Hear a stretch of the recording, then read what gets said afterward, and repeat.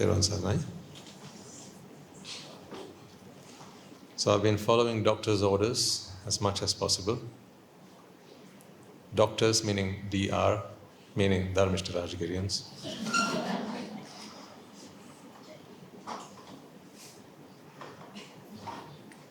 Doctor's orders is to try and not speak, give my voice box as much rest as possible. Some of our doctors have been giving me prescriptions, others have been dropping off their spare strepsils. Other doctors have been handing out various bits of advice and all sorts. I'm just overwhelmed by the love, affection and care of our doctors. So, thank you. But as I say, there's no rest for the wicked. So I must be pretty wicked. There's one part of me that hardly gets any rest. And you know what part that is. It's part of the job. It's part of who I am, and it's part of what makes me who I am. If there was a way I could convey my thoughts, what I want to express to you, telepathically, I would, but there is only one way in which I can express myself as clearly and as succinctly as I would like to. I have tried written form, but it doesn't have the same impact, unfortunately. So people have invited me to write what I have understood and what I have learned from my teachers. And although I have made efforts in the past, and I will perhaps continue to do so when I get the time, I feel that what's most impactful and what's most effective is to speak to a person face to face. And then there's of course no other way to do it than to exert my vocal cords. So here we are. What's best is that I didn't bother saying that, because that would have saved me, saved my voice a little bit. But hey, this is the way it is going to be, so rock and roll. It's what we have to do. I just want you to make every word count. That's all I can ask from you. Just make sure that every word counts. Every day of our visiting here, all the effort that we all put in, from the Swami Mahasays to the Anagarika Mahathas who drive us here carefully, ensure that we get here on time and get back to the monastery safe, to my teacher who has entrusted me and given me the freedom to visit you every week and share with you what I have learned from him, to the monastery. Because, as I say, great men are great because they stand on the shoulders of men who are greater than them. So if you think I'm good, if you think I'm great, that's because I'm only standing on the shoulders of those who are greater than me. They can not only bear themselves, but they can also bear me. That is why I consider them to be my guiding light. So all of this, as you know, is a very collective effort. Everyone contributes something. There's no one that doesn't contribute anything. Everyone contributes something. And it's that collective contribution that makes all of this happen. Nibbāna is not something that we can do alone.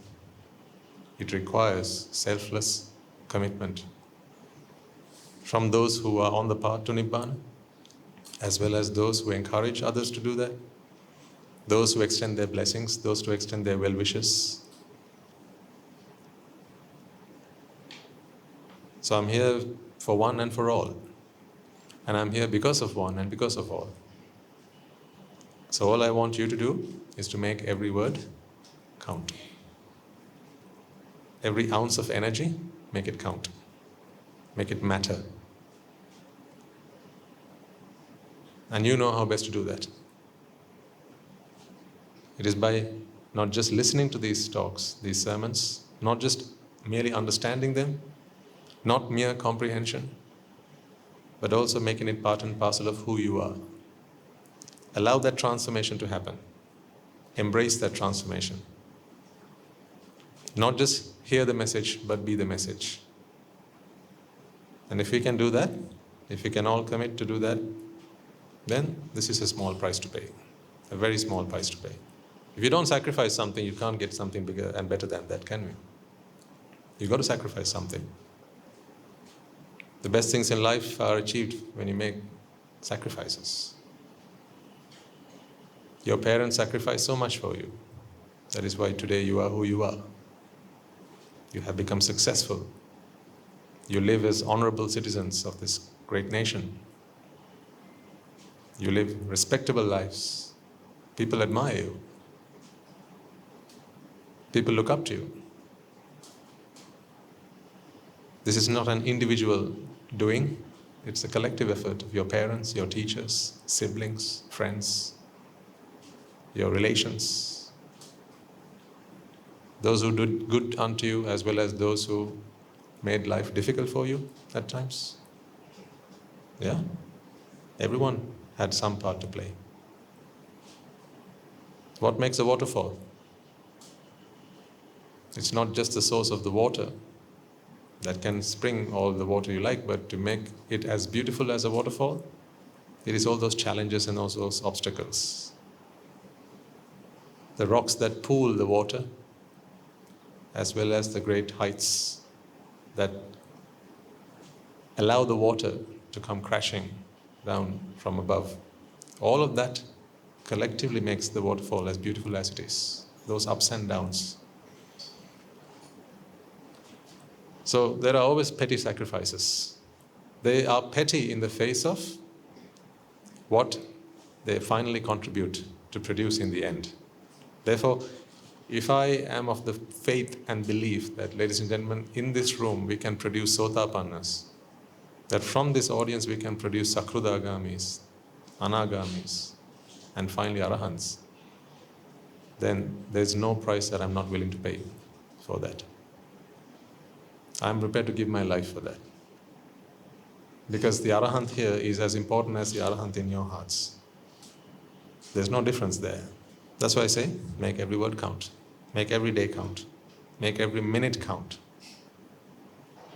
You're already doing a lot. You're coming all this way. You've given up your Sunday mornings to be here. Now, certain days it's not just a Sunday morning, it's a Sunday afternoon, right? Sunday evenings. It's kind of like 1/7 of your week is now devoted to the sasana, isn't it? The sasana is not the temples, it's not the shrine rooms, it's not the statues. The sasana is what happens within you. That is what the sasana is. Sabbhava pasakarana. That is the sasana. If today you have given up some of the sins that you used to do, some of the wrongdoings that you used to do, some of the misdeeds that you used to commit, but you have now given it up, it's a chapter that you once read and it's long gone. You don't remember the last time you committed a sin. You don't remember the last time you took another's life, or stole something from someone, or said any harsh words, spoke the untruth. If you can't remember those days now, that's a huge victory. That is one part of the sasana done. And long may you continue that unblemished trek of your virtue. Long may that continue. And if you are now beginning to do more merits than you ever imagined it was possible for you to do, things that never crossed your mind, but now it has become second nature. Today, it might be that those days the only merits you did was on a Poya day, you went to the temple. Perhaps that was all you did. But today, when you wake up in the morning, before you take your water, you offer a water to the Buddha. And then perhaps if you have your parents with you, you offer a glass of water to your mother, to your father. Before you leave home, You get down on your knees and you worship them and take their blessings. You help out with the chores at home as a young boy or girl, if that is what you do now. If you have become more considerate towards others, if you have become more humane, if you have begun to understand that there's a lot of goodness that lives in your heart, if you have become more charitable, more generous, more patient, a softer person than you ever thought you were possible of becoming. If those days people feared your presence, but today they look forward to it, right? Then that's a huge victory. That's because you are now doing kusal. You're doing merit and kusala supasampada. That's happening. So that is one part of the sasana. And then, if in your heart you have found more peace than you used to have, if you're more tranquil, if in the face of challenges, in the face of storms, you're able to remain calm, maintain your composure, and not let those things ruffle your feathers as much as it used to. If in the face of adversity, when people accuse you, blame you, fault you, especially when it's not your fault, you're able to just accept all that and understand that it is only a hurt man who hurts another, and therefore you look at them with compassion.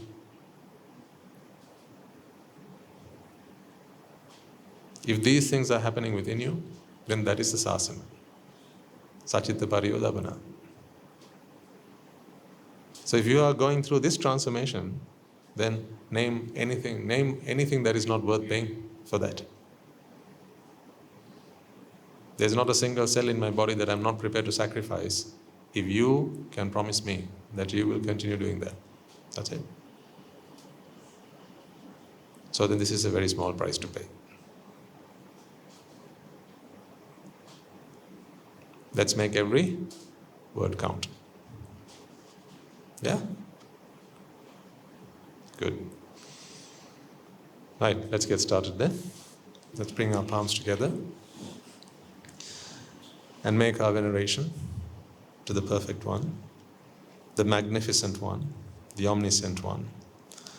Reminding ourselves that it is in the footsteps of our forefathers today we tread steadfast in the firm determination that we will continue this journey with resolve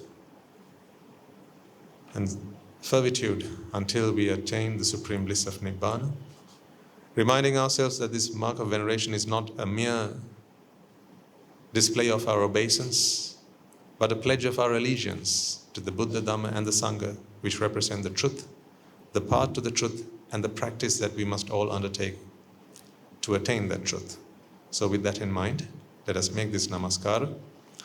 Let us also take this opportunity to observe the precepts, reminding ourselves of our virtues and our conduct that is conducive to our practice. And then let us also invite this countless sentient beings so that they can be amongst us, witness this wonderful meritorious deed as it unfolds, listen to the teaching of the great master, and rejoice in both the meritorious deed as well as the Dhamma that they will hear. And finally, let us resolve that may all this contribute to one and all and our Nibbāna for here and for now. So with that in mind, let's make a start with today's proceedings. Namo tassa bhagavato arahato samma sambuddhassa. Namo tassa bhagavato arahato samma sambuddhassa. Namo tassa bhagavato arahato samma sambuddhassa. I want to give you a compliment before I begin. In one of our recent talks, we had with us in the audience two individuals who were luminaries in their respective fields, And it's of interest and importance to you because that particular field in which they have demonstrated their eminence is psychology.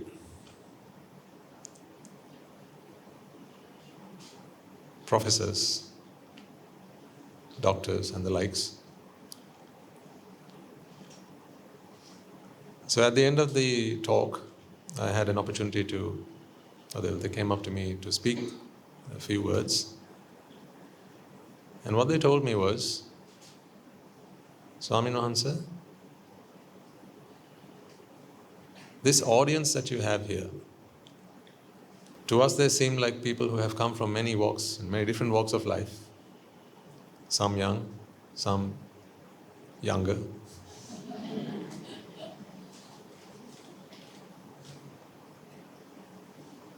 But despite whatever differences we perceived, they must be very intelligent and they must be very wise, which of course I already knew. But I wanted to know why they thought that. So naturally I asked them the question. I asked them, why do you think like that, sir? Sir, madam, what made you think like that? They said, Swaminatha, we've heard one of two of your talks online before. We'd heard them online before, but we really wanted to come and listen to you in person, and so we did. They said, we have to confess, Swaminatha, that we are very new to the Dhamma, to the doctrine that you share with us, but we have learned psychology and we know it like the back of our hands. We have written books on the subject. We give lectures on the subjects. So, psychology is nothing new to me. But as I listened to your talks, I realized that there was a truth in there that no book has ever taught me. No lecturer had ever enlightened me. In the many years and decades of me having learned and studied this teaching, this knowledge that we refer to as psychology, we have never come across such truths, so simple yet so profound. And they said, we understood some of it, Swami Mahansa. We have to say, this is in their words, they said, we understood some of it, but much of it just went over my head. But just because it went over my head, I don't deny that it is not the truth. What I realized, Swami Mahansa, as I listened to your talk was, you do need a lot of intelligence and wisdom to understand this. Perhaps it is something that I personally don't have yet.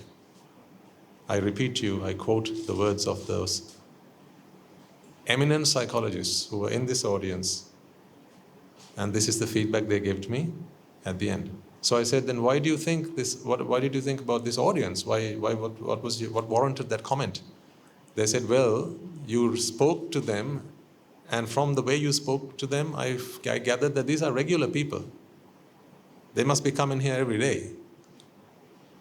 And then as I spent time talking to them and seeing how they get along with each other, I figured that this must be a regular community of individuals who come together, gather here every Sunday perhaps. So then for them to be coming here every day, at least every Sunday, and then to be on this journey with you, to be able to listen to, because they said we were sat in the audience and we were looking either side, particularly when we couldn't grasp the essence of what you were saying. We understood the words but not the wisdom behind it. And then we were looking either side of us and people were like, oh yeah, that makes sense. You were throwing questions at us, Swami Mahansa, and we were dumbfounded. We didn't know what the answers were. And then people were just throwing so freely answers back at you, and they were nodding away. And then you asked us several times, do you understand? And then people either side were like, yep, got it, yeah. Whereas we were like, what? So what they said was, what they gathered from that was for you to be able to, with such conviction, be able to listen to this teaching, these talks, and sort of embrace them so eloquently and so fluently, just gave them the impression that you must be superstars. And it spoke volumes, ladies and gentlemen, about your wisdom, your intelligence, and something that they don't understand yet, your merits. Because what they were saying is, we've had decades of studying the mind, at least what we think is the mind, the brain, the psychology, the psyche, and we couldn't understand half of what you said. But in those words we figured there must be some wisdom, it's just we haven't got the maturity yet to understand that. But then there was an audience of people here who were listening to you, and they were just nodding their heads away. Either, no, they didn't say that. They didn't say that. They had only nice things and good things and appreciation for all of you.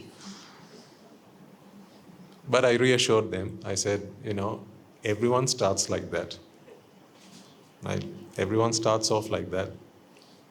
Many people have come here, I said, sir, many people have come here with preconceptions of what Buddhism is, what the Buddha was, or who the Buddha was, and his teaching, and the Four Noble Truths, and the Noble Eightfold Path, and all these things. And they come here with preconceived ideas about meditation and mindfulness and so on.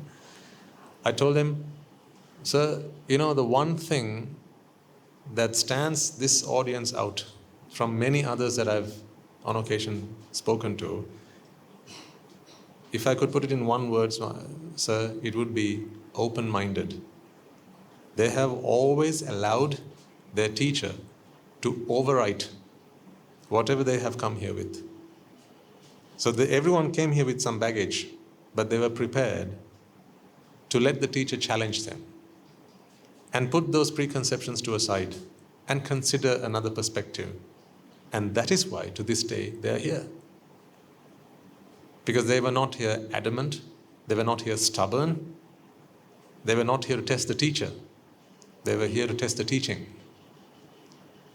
And that is really quite an honor that you have all earned for yourselves.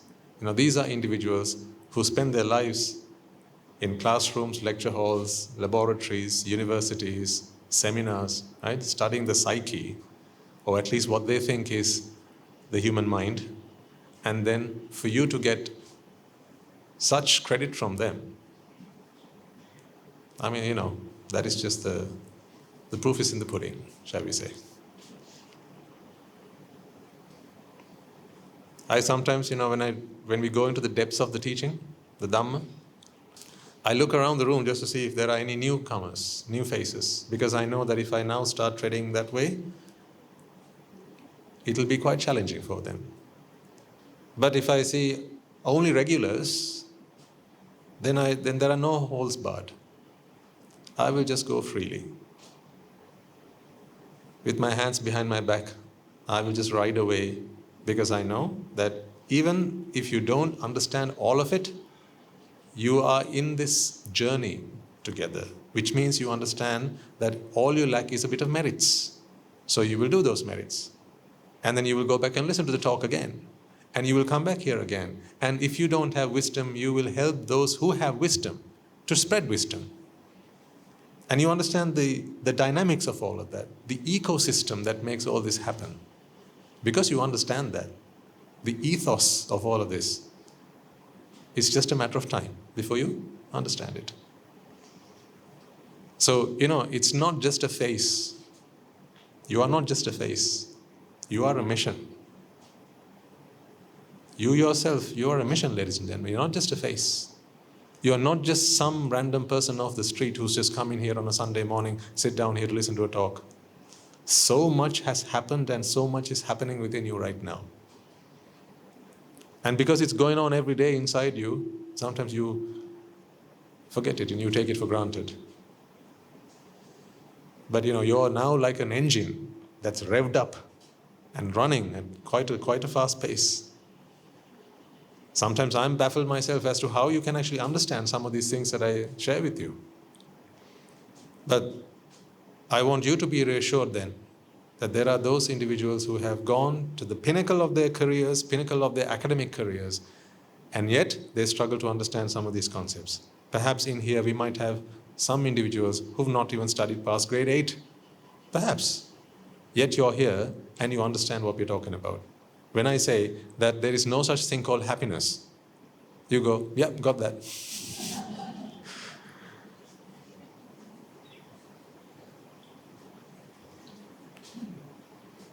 And then the next word I will say is, let's all strive for happiness. And you go, yep, got that as well.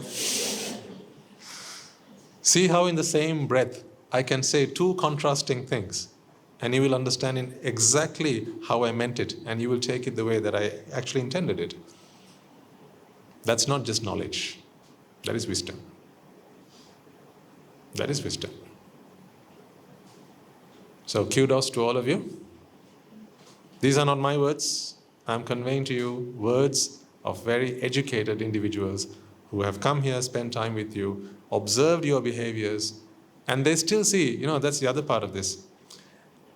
Despite all that, they admiring your wisdom and your intelligence and all that, they still experience the love, compassion, and affection that you have towards each other and one another. You haven't lost that part, which is beautiful. Truly, that gets my vote. The fact that inside of you is just pure wisdom, but on the outside is pure compassion. That is not a combination you see every day, I have to say. Truly, it's not a combination you see every day. Here's what you typically see. You see compassion on the outside, but inside it's just empty. So they will be compassionate as much as they can, but they will always have their limits. Those limits are the limits that are self-driven, self-imposed, because there's a self.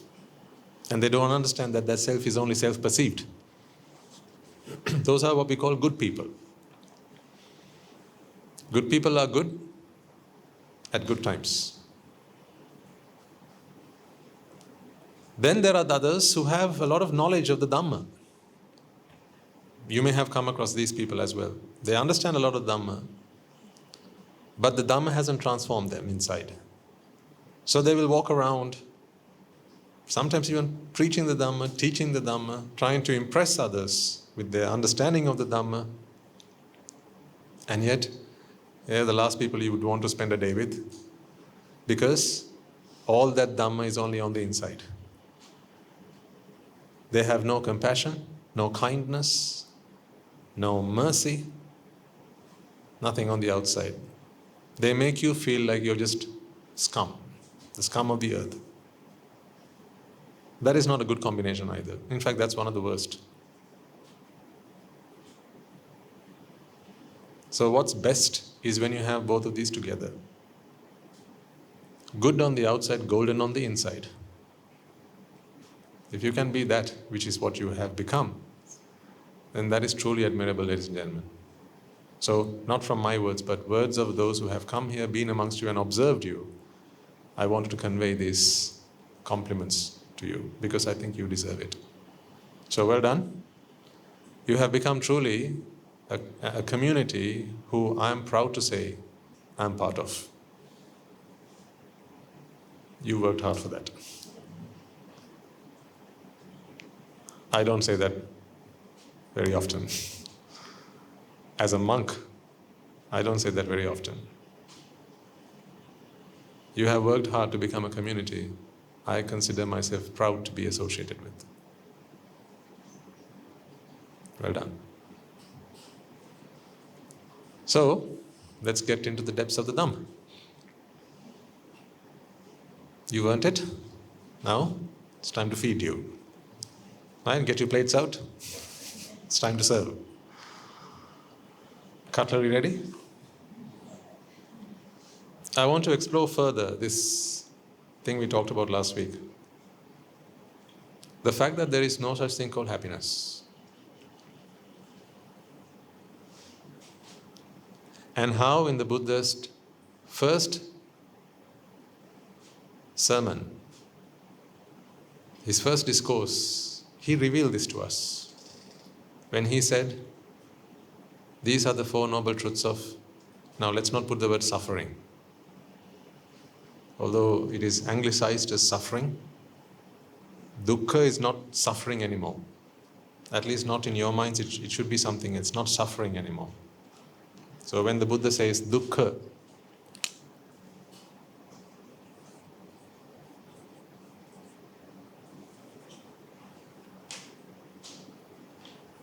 we used to think that he was referring to suffering. I trust that we have come to a point where we understand that these two things are not one and the same.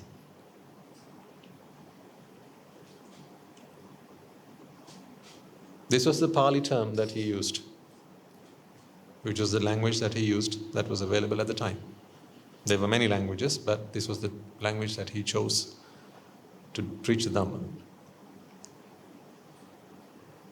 This has translated to Sinhalese as dukkha, which is a very common term.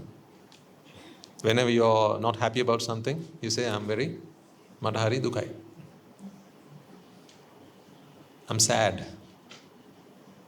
See, dukkha in Sinhalese translates to sad or sadness, isn't it? So you are either happy, madhari satutui, or sad, madhari dukkai. So we are very familiar with this word dukkha, and therefore when you hear one day that the Buddha gave this sermon in the deer park, and it is said that he spoke the Four Noble Truths, and then you ask, what were those Four Noble Truths? And he said that he spoke about the first Noble Truth of suffering. Immediately you think, now I found someone who understands me. It is true what you just said, but not in the way that you meant it. You have found someone who understands me. Yes, that is true. But what do you mean by me?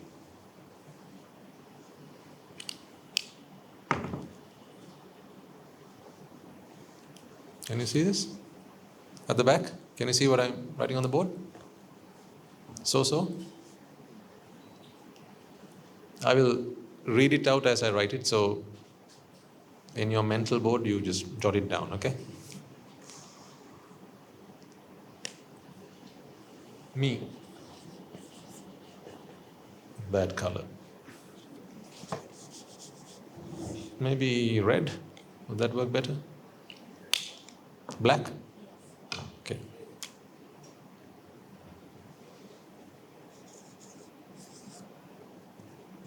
Yes? Okay. So when you hear, read in a book, hear from a teacher, wherever, that the Buddha spoke of suffering. And that is what you've been going through all your life. Suffering for this, suffering for that, suffering for whatever. Your friends make you suffer, your parents make you suffer, your siblings make you suffer, your spouse make you suffer. Everything makes you suffer. So when you hear that the Buddha spoke of the Four Noble Truths of suffering, then you have this moment of joy that finally I've met someone who understands me. Someone who understands what I'm going through right now. Like I said, it's true that it is me that someone has understood, but it's not the same me that you're talking about. What happened somewhere along the line was this dukkha became suffering, and suffering in Sinhalese became sadness. So this is dukkai, English is suffering, Pali dukkha. Because of the similarity between these two words, people assume that the Buddha spoke of suffering, the suffering that you experience when you go through life, the downs of life more so than the ups of life. When you're hurt, when you're disappointed, when you're grieving, when you're going through sorrow and pain and anguish, right? These emotional responses that we have to things in life, those negative emotions, as we say, those negative emotions we put into one big box, and we put the word dukkha in that.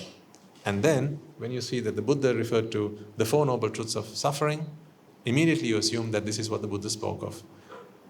But the thing is, ladies and gentlemen, nothing could be further from the truth. It is not what he spoke of.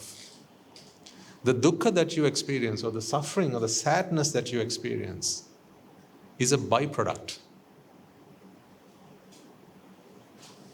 of the dukkha that he spoke of. It is not the dukkha that he spoke of, it's a byproduct of that. This dukkha is also referred to in the Paticcasamuppada as what? Jati. In the Paticcasamuppada, dependent origination process, this dukkha is referred to as jati. Jati is not the only dukkha. Jati is one example of a dukkha.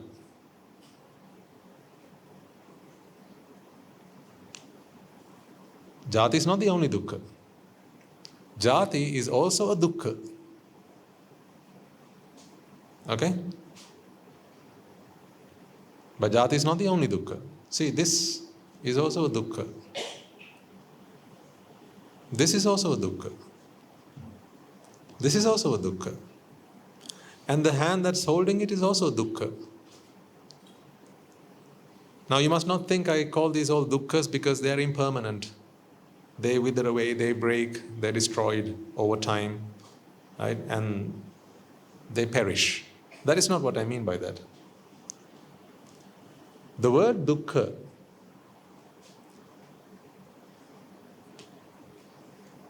I would probably translate it as something as, no, I'm not going to do that. Let's keep it at dukkha and let's try and understand what dukkha means. Because the moment you give it another word, there will be various connotations to that. And the same problem that happened once will happen again. Because whatever word I throw at you, it will be a word from the dictionary. And the problem with words in the dictionary is everyone understands a slightly different interpretation of that word. So whatever you say, assume I say cat, you'll think, oh, the cat that I have at home. Someone else thinks the cat, those big bulldozers, they're also cats, right? So someone thinks it's that. So instead of giving you another term to remember, perhaps it's better just to make sure that we understand what it means. And then it doesn't matter what you call it, whether it's dukkha, whatever.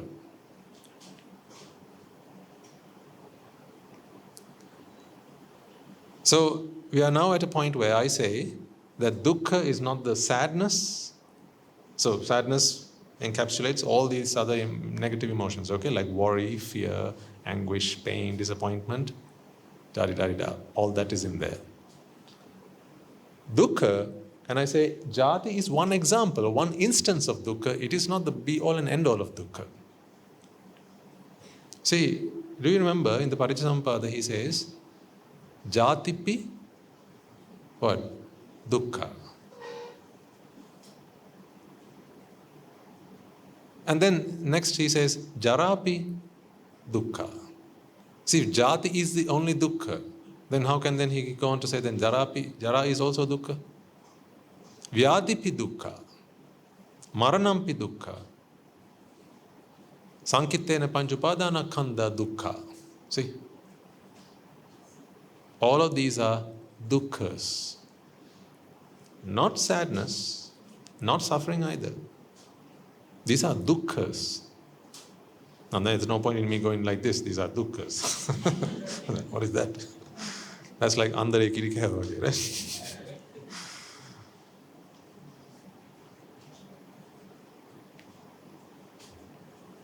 Or the andaya. Like you have the blind man ate milk, curd, sorry. You've heard that story. Have you heard that story?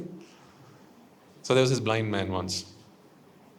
And they came and asked him, what is white?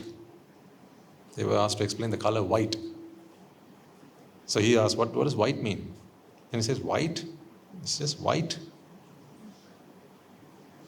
White like a swan. What's a swan? A swan is like these things. So he put his hand out and touched him like this. So that is what white is. So he walks away thinking that is what white is. The same thing happens if I try and give you substitutes for these words instead of actually getting the meaning behind it across to you. Because once you get the meaning, then it doesn't matter what word you use to refer to it. So, coming back to our point, Jatipi dukkha. Jati is a dukkha. Jara is a dukkha. Vyadi is a dukkha.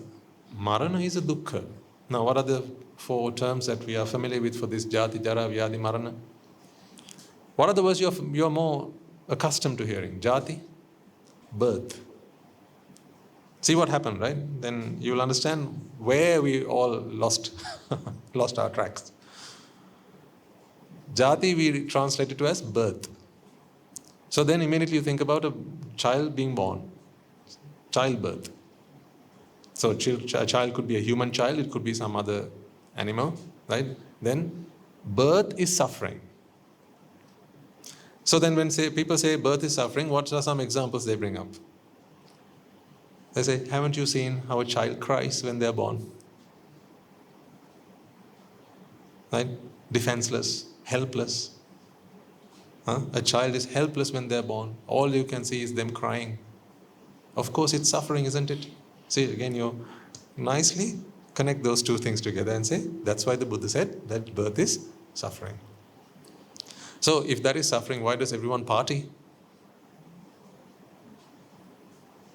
I mean, you can't get more evil and wicked than that, can you? Like someone's suffering out there and people, the rest of them are throwing a party. Isn't it? So the parents are throwing a party while the child is suffering. The relations are throwing a party while the child is suffering. I mean, that's so wicked. So heartless. So now you have this conflict. So the Buddha says that birth is suffering, and I can see that the child is crying when the child is born. And then the other things you will say is, well, what if the child is deformed? Right? All sorts of things could happen during childbirth. All sorts of things could happen during pregnancy. Right? So then, of course, birth is a very risky process. Anything could happen. So therefore, it is inherently sufferable. So I'm sharing with you, or reminding you rather, some of the thoughts and the teachings and the sentiments that we grew up with, thinking that is what suffering is.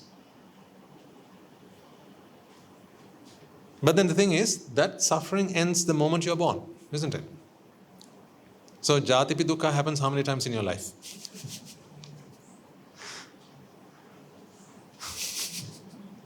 I mean, according to conventional teachings, right? And no one's at fault. No one's to blame for this, besides our lack of merits.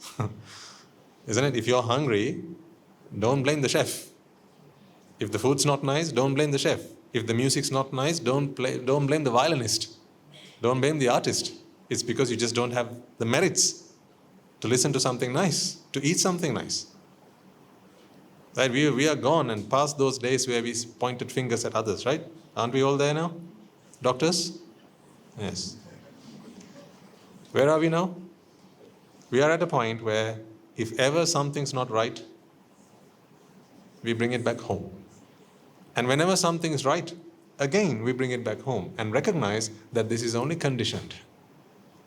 Therefore, we can't go hang our hats on it. You never know what point the causes will change, and therefore a different effect might manifest. Therefore, we are the last people to take things for granted. Aren't we? Aren't we? We are the last people to take things for granted because we know that nothing comes served on a plate, nothing comes for granted. All of this is the effect, or this is the labor of hard work. Yeah? Okay. So then, once again I ask you the question.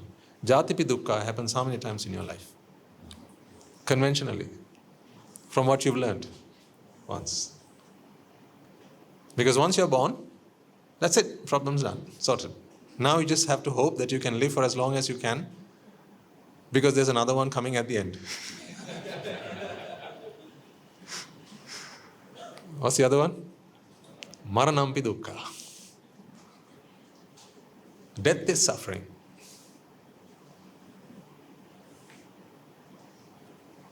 So people believe that they can sandwich themselves between these two dukkha's, jati and marana, and not worry about it after it's happened. And besides, people, they say maranampi dukkha and all that, but you don't even know you're dead. You're dying. Right? After you're dead, you're dead. And then the moment after you're born. So actually, these two sufferings, they are the most briefly experienced sufferings of all time. Because the moment of birth and the moment of death are so transient and so momentary that you need not worry about them at all. I mean, if you follow the conventional, traditional way of thinking, then you can actually discount two of those dukkhas. And you wonder, why did the Buddha even talk about it? Jatipi dukkha and maranapi, he should have just put it into the appendix rather than actually mention it in the main discourse. And then we have another two. Right? So now we understand jati at the point of birth, marana at the point of death, but now you have a life which you have to get through. Then you have jara and vyadi.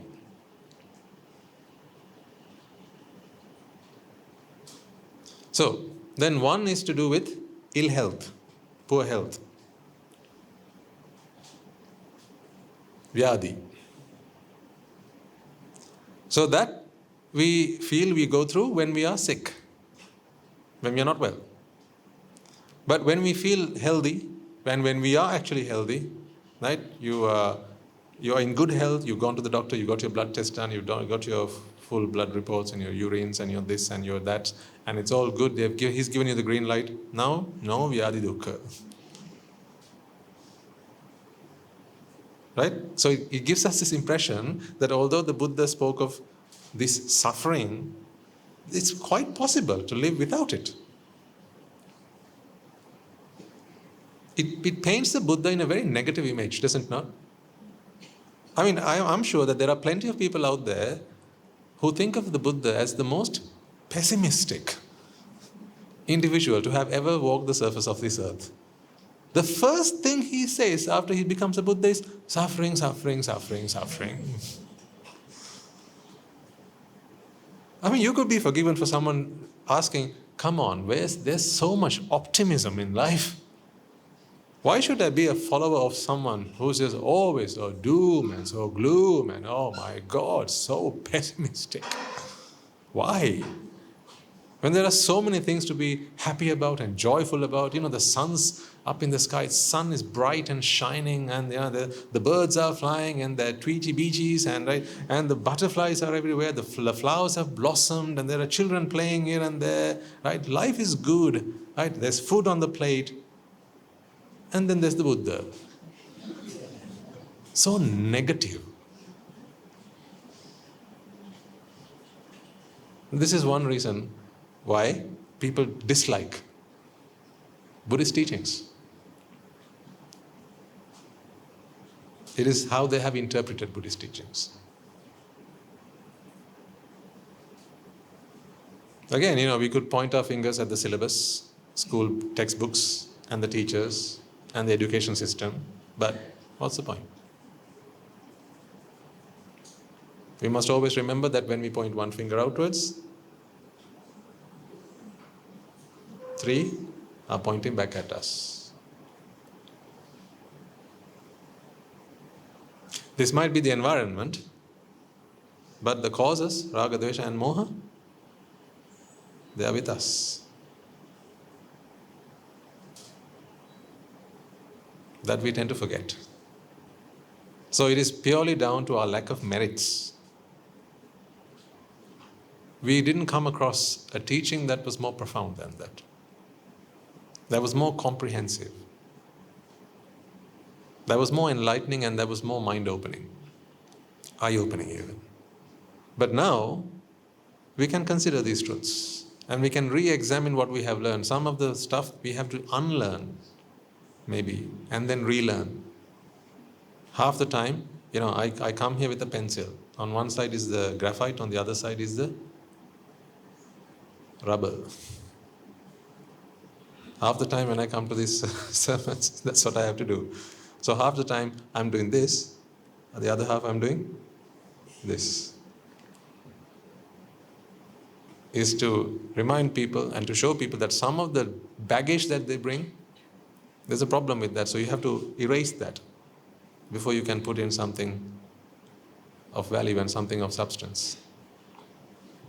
So Vyadi, when you're sick, so then when they get measles, when they get chicken pox, when they get a cold, when they have a fever, right? Something or the other, they say, see, this is suffering. I get that. I, for one, used to think, perhaps people back then were so dumb, right, that they needed a Buddha to come and remind them that sickness was suffering. So, I honestly thought that people must have been so dumb, so stupid, that they needed a whole Buddha, right, 6'5", all of a Buddha, to come and teach human beings that when you are sick, you suffer. Apparently people didn't know that back then. So those days, perhaps when people had a splitting headache or a runny nose, right, or they had blisters and bumps all over their bodies, maybe before the Buddha came and taught the Dhamma, they were like partying and they were singing and dancing and jumping around, right, just enjoying life.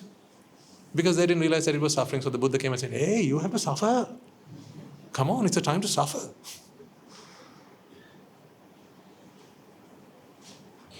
And so they retreated into their beds, right, went under their sheets and they suffered. Until then, illness was not suffering. Until then, people are happy about suffering. But the Buddha came around and he just spoilt it for everyone. He said, no, illness is suffering. Come on, go suffer. Go back home and suffer. So that's how stupid people were, apparently. We are the smart ones. They were just so stupid. And then old age. Jara api dukkha. This is the other one, right? Old age. So then by that translation, only half of you, maybe a third of you in this room are really worried about that.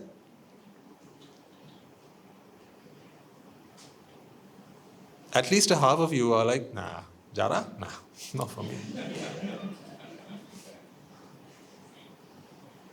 I'm still young, I'm still energetic, I'm still youthful. Look at me, what Jara?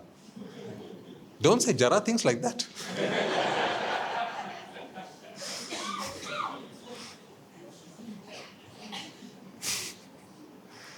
Isn't it? So when does Jara strike you? After 50s, 60s, 70s, 80s? Huh? So it's north of at least 50, 60, right? Not before then. I mean, you have your youthful teens, right? Then your ambitious 20s, and then your adventurous 30s, and your naughty 40s. But it's only when you come to your 50s and 60s, that's when Jara. That's because your skin starts to go all, what's the word? Wrinkly, yes. Right? And the substances that you should try and keep inside always starts leaking out. Right? So those orifices you can't close on your own. Right?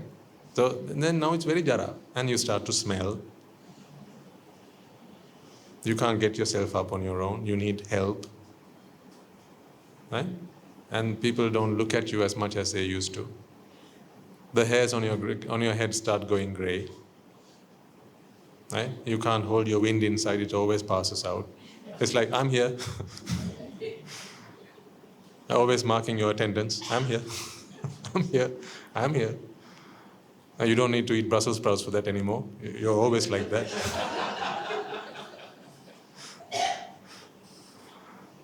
Isn't it? So now it's Jara. But while you're growing up, while you're 6 and going up to 16, that's not Jara. Is it? That's not Jara. See? So then you might wonder, so the Buddha missed that part, didn't he? See, why did he not talk about the youthful, energetic, vibrant, charismatic years of our young and lives? Why did he not talk about that?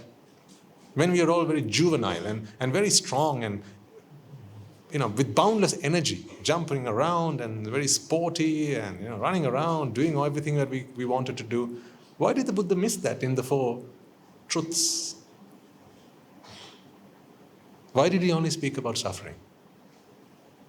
No wonder then people come to the conclusion that he was such a pessimist. All he saw when he opened his Buddha eyes and looked at the world was how people suffer. How come he missed how much people enjoyed life and all the goodness and the wholesomeness and the joy that everyone enjoyed? Why did he miss that?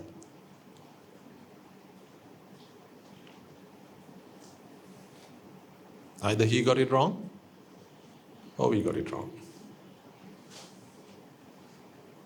I have come across personally people who say that the Buddha's teaching is very, very pessimistic.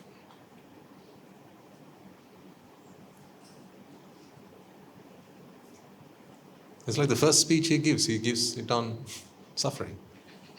Everyone's like gathered around him, like waiting to, come on, now we have a Buddha, finally we have a Buddha. Like after the eons of a period where there were no Buddhas, finally we have a Buddha, let's see what he has to say. Right? All the divine beings are now gathered around him. Right? Anyone within earshot is now gathered around him.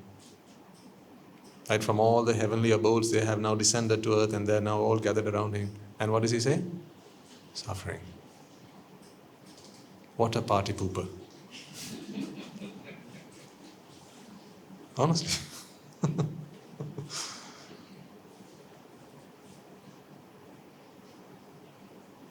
That's what happens when you think that dukkha is suffering.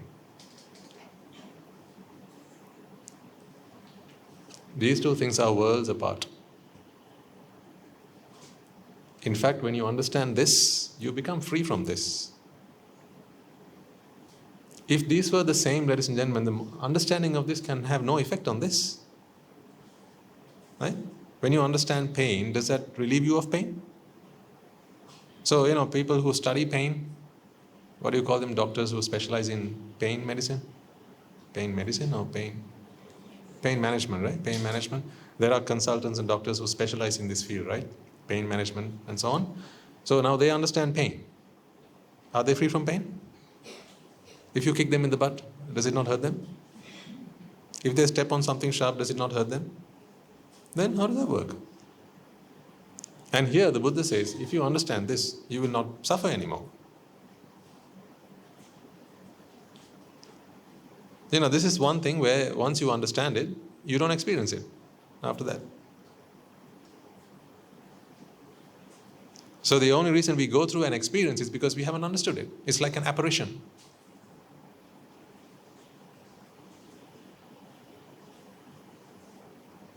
Or it's like a game of hide and seek. The game is still on only until they're hidden. You play hide and seek with someone. Assume that they're under the bed. They've crawled under the bed. You're playing with your sibling. Right? Now, you see them under the bed. You haven't told them that you've seen them yet, but you've seen them under the bed. That's the end of the game, right? Would you turn around and run away again, saying, oh, where are you? Where are you? I don't know where you are. Now you've seen them under the bed, so that's the end of the game. It's like, I know I've seen you. Come on, come out. That's it. End of the game. So the same happens here. Once you've seen this, that is the end of it. What you see, you are free from. What you don't see, you have to endure. That's what you suffer from. Therefore, we are talking about a completely different kind of dukkha than what sentient worldly beings understand as suffering. This is why I am vehemently against this translation that the Buddha, the first discourse given by the Buddha was on suffering. Once you put that into the texts, right, people completely, that's a complete distortion of the Buddha's teaching. He did not give a discourse on the first noble truth of suffering. Sorry. That is not what he did. In fact, he did not give a discourse on the cause of suffering. He did not give a discourse on the cessation of suffering or the path to cessation of suffering. That is not what he did. He spoke of dukkha. We think he spoke of suffering. Assume we had another language, right? Someone speaks of something and in that word is something else in another language. Right now you understand the second language and you listen to the first discourse given in another language, and now you interpret all of this as something else. Now, for example, in Tamil, Appa is father, Tata is grandfather, right? Yeah? Tata is grandfather. See, now in Sinhalese, so my amma married my atta, my tata. You're like, what?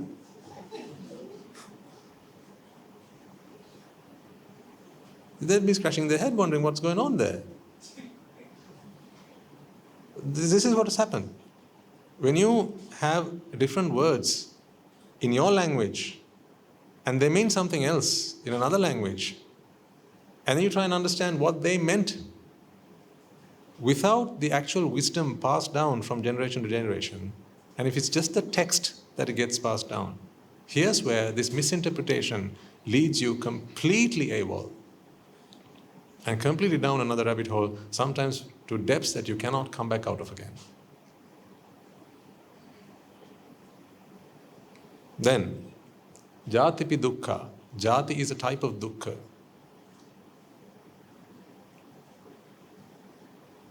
We are all after happiness.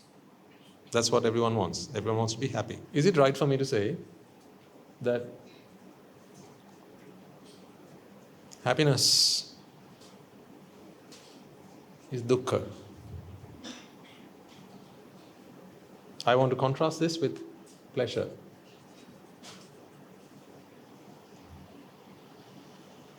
Happiness and pleasure are the two words I've written on the board.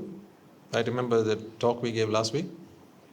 I put one of the leaves on the back of this and I turned it around and said the difference between pleasure and happiness. We spoke about this last week. Yeah? So, which one of these is dukkha? Is happiness dukkha or is pleasure dukkha? Or is neither? The simple answer to this question is dukkha, by definition, means something that is conditioned. It's a conditioned aggregate. When something comes out of aggregation that is driven by causes, that is what you call a dukkha. In fact, if you want to break this word down into its constituent parts, this ka actually means kaya. It's a body. It's a dukkha. Kaya. Kaya is a body. That's why yours are called kayas. This is manusa kaya, right? What do you have with you?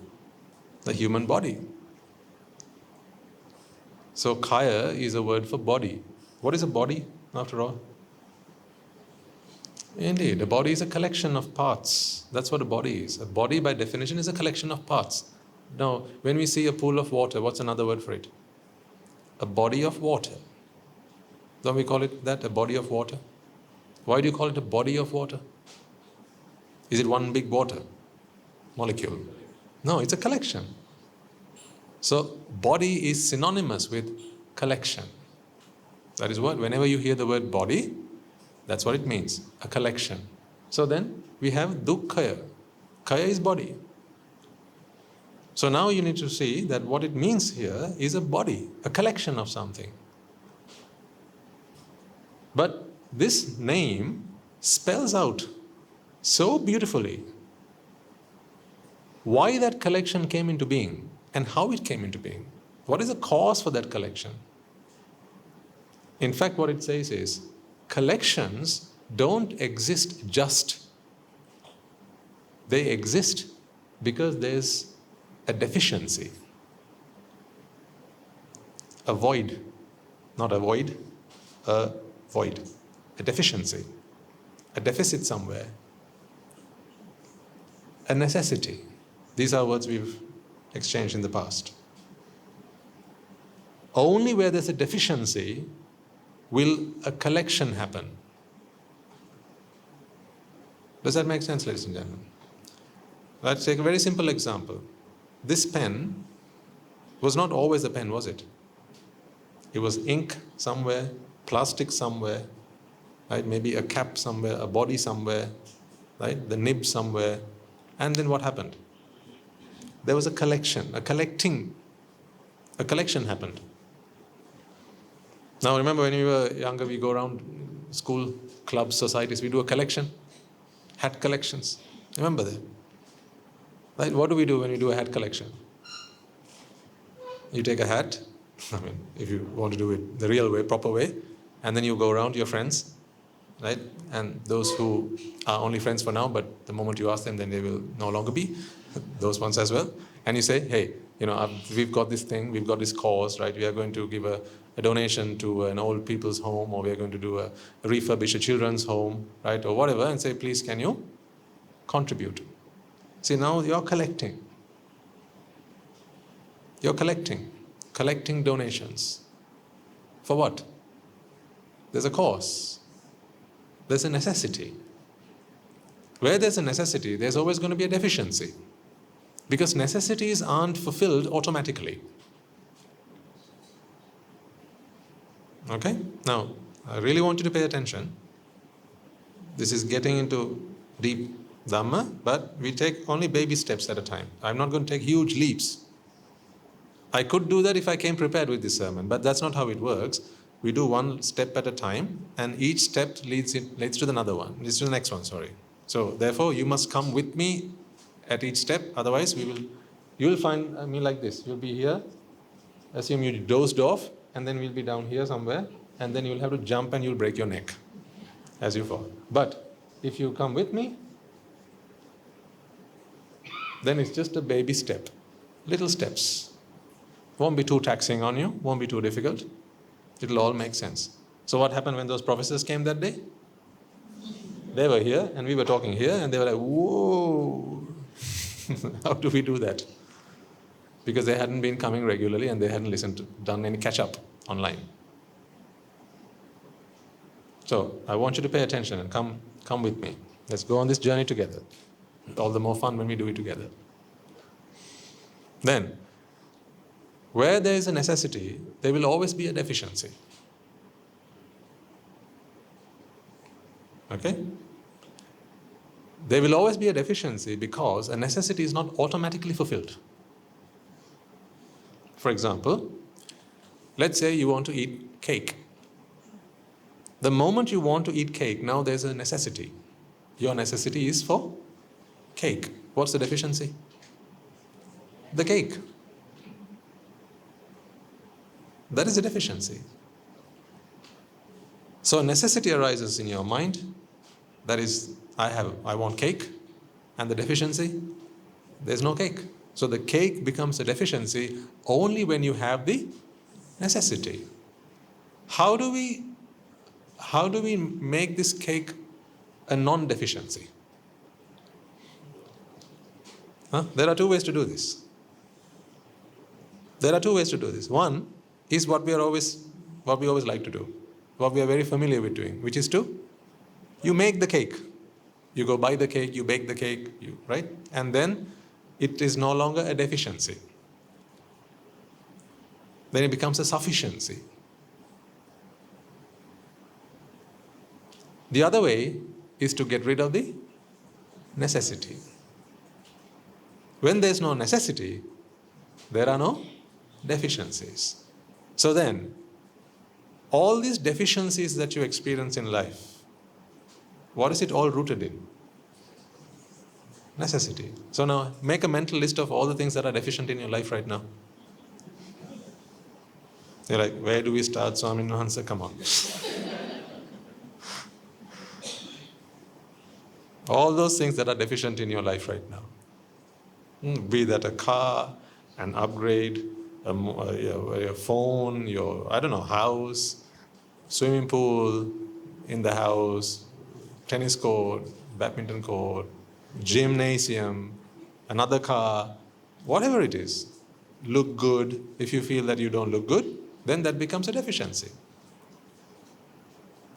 If you want to look good and you don't look good, that's the problem. That's when there's a problem.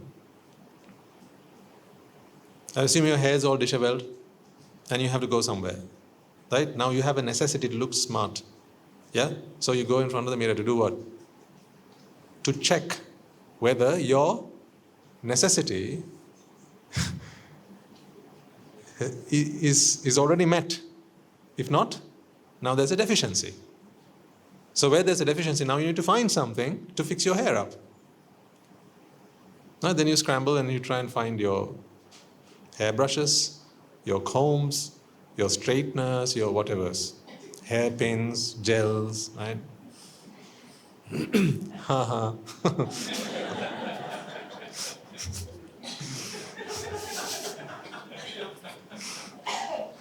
All right, losers. One problem I don't have anymore. Actually, there are a few others who don't have that problem. That's the spirit says, that's the spirit. Huh? That's the spirit. You didn't like that? So that's what you do. You walk in front of the mirror, stand in front, and you check whether your necessity is fulfilled or whether there's a deficiency. Right? So when there's a deficiency, what do? You quickly try and convert that deficiency to a sufficiency. That's what you do. But you step outside and assume there's a gust. There's a strong wind. Now what do? Now you have to keep maintaining it.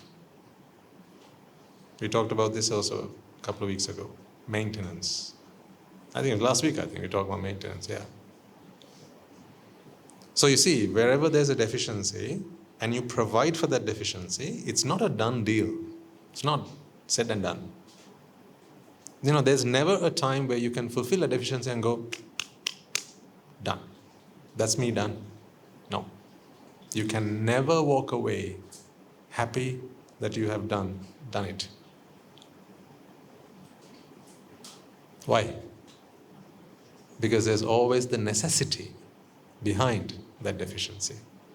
For as long as the necessity remains, these deficiencies which you will strive to fulfill by making a sufficiency will always keep going to chaos. What is the nature's order? Chaos. And your order? Which is at odds with chaos. See, in nature, ladies and gentlemen, there are no deficiencies. Nature has no deficiencies. And why does nature have no deficiencies? Why? Exactly. See how clever and smart you are. Because nature has no necessities. Nature is always at peace. So another word for an arahant is what? Nature. Mentally, they are at peace with whatever. Physically, yes, they feel hunger, but there's never a mental vexation about that hunger. So even if an arahant had to starve himself for days, weeks, months even, right? And then ultimately death comes to him as a result of his starvation, not once does his mind go, oh, why did this happen to me? Why am I starving? It hurts so much. This hunger I can't bear. That mental pain and anguish that typically comes to others, it doesn't come to them. Because there's no mental necessity that has to be fulfilled by creating sufficiencies. So, in life what you do every day is converting deficiencies to sufficiencies. Isn't that what life is all about? Until you come here on a Sunday morning, that is what you do when you say, I live. Transforming deficiencies to sufficiencies. Be that a physical ailment or some other issue, something that you lack at home, something that you wish you could have, whatever it is. People's lives are so complicated and so complex because they have so many necessities. And as a result of those necessities give birth to deficiencies. From necessities spring deficiencies. And then those deficiencies become your problem. Of course, once you feel a deficiency, you have to do something about it. Because the necessity keeps tugging at your heart.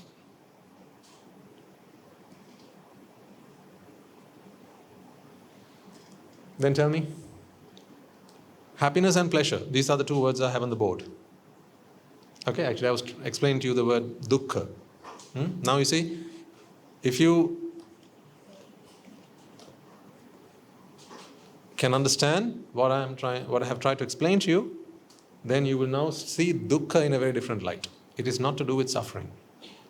It is this intricate relationship between necessities, deficiencies, and sufficiencies.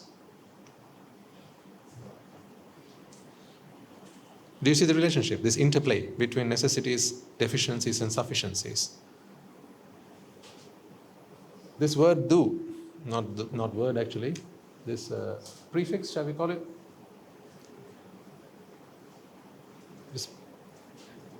Is there a word for these things?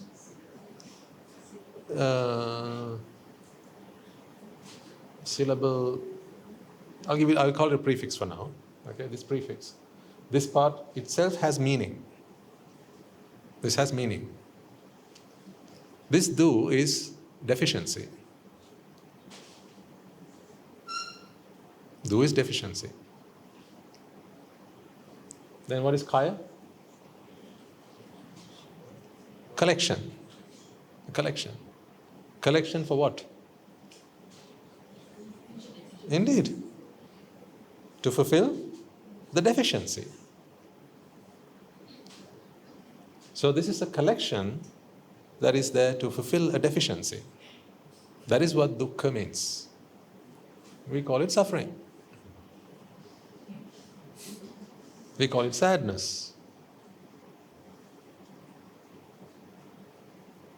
Now you see, the Buddha says jati is an instance of a collection to fulfill a deficiency. Now we are talking.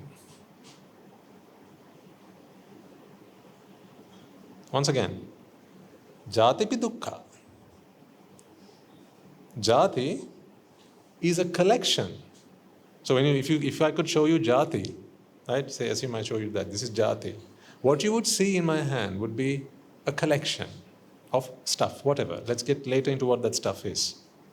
But it would be a collection nonetheless. A collection that has formed due to deficiency. That is what jati is. So you tell me then whether it is appropriate for us to simply call it birth.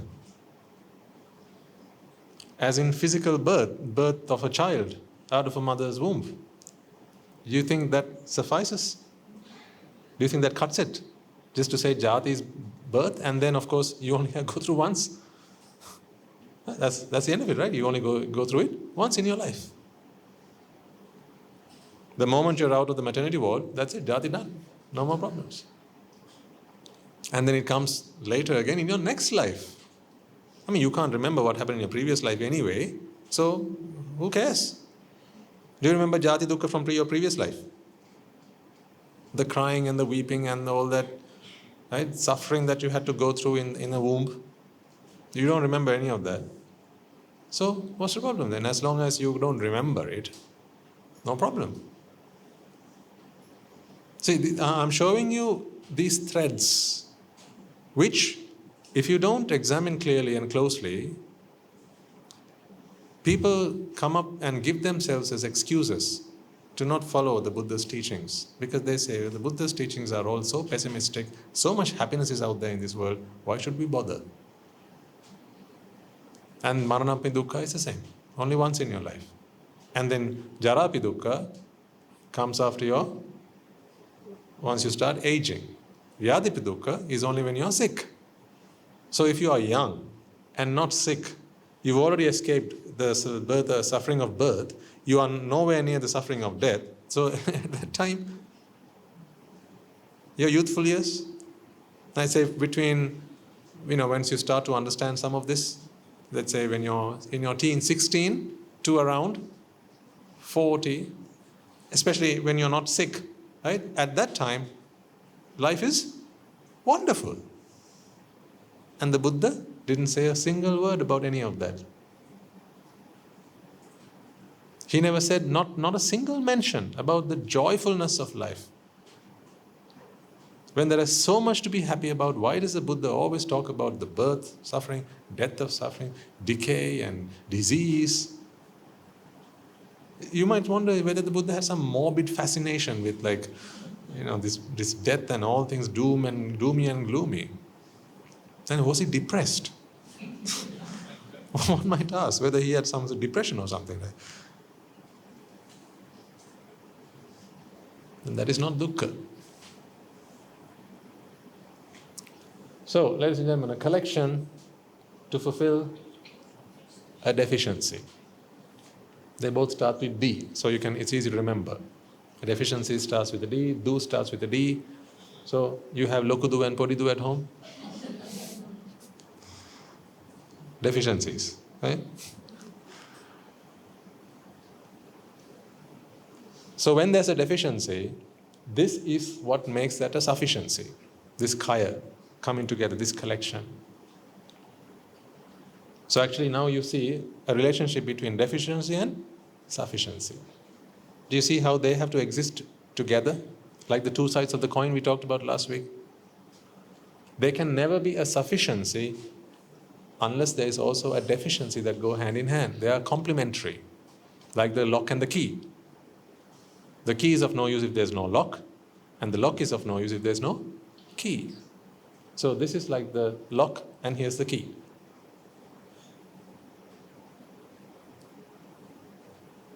Is there anything in this world that does not come under this banner?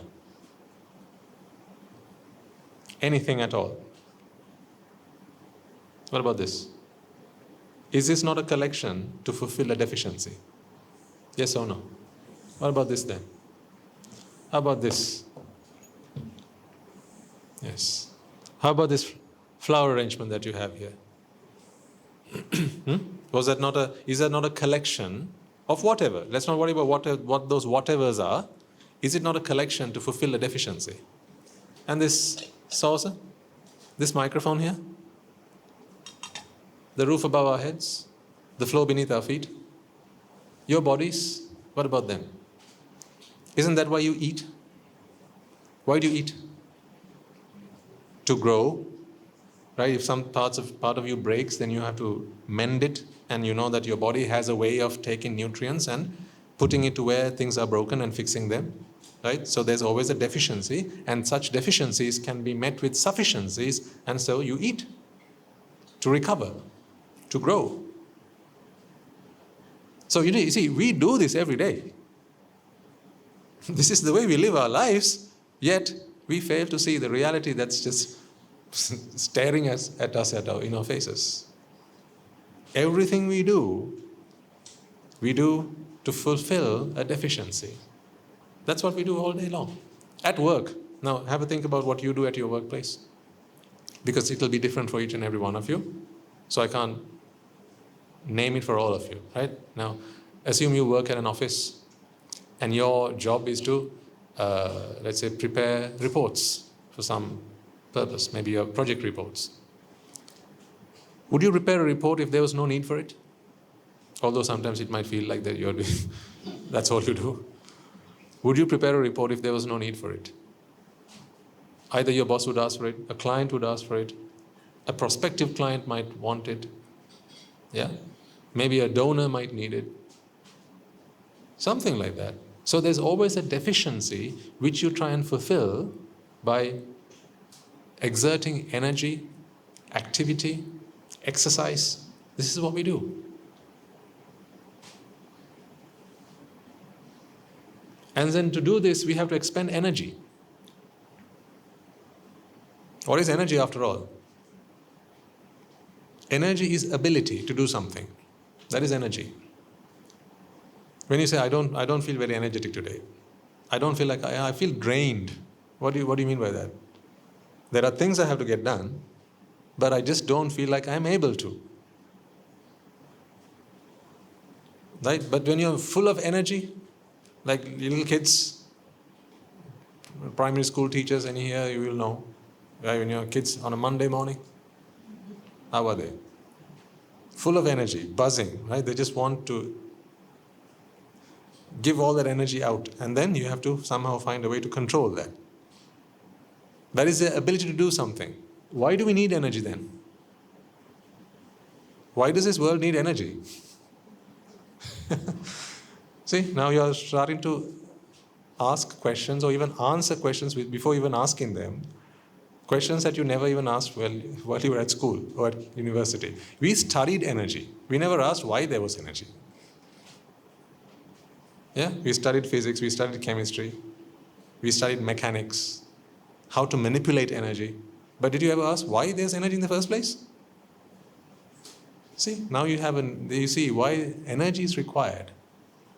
Energy is required to bring these collections together. Why? Why should collections be brought? Why should there be a collection? Because there's a deficiency. If there was no deficiency, this would be obsolete. There would be no more kayas, no more bodies, no more collections if there was no deficiency. Then would there be a need for energy? This is work, isn't it? Energy is work. Work done. This is the work that we do. This is what you do at the workplace. That's why it's called the workplace. What you do at that place? You fulfill deficiencies. Your boss, when you go in on Monday, will say, these are my deficiencies. I will pay you to do it. Why is that phone ringing? Because there's a deficiency.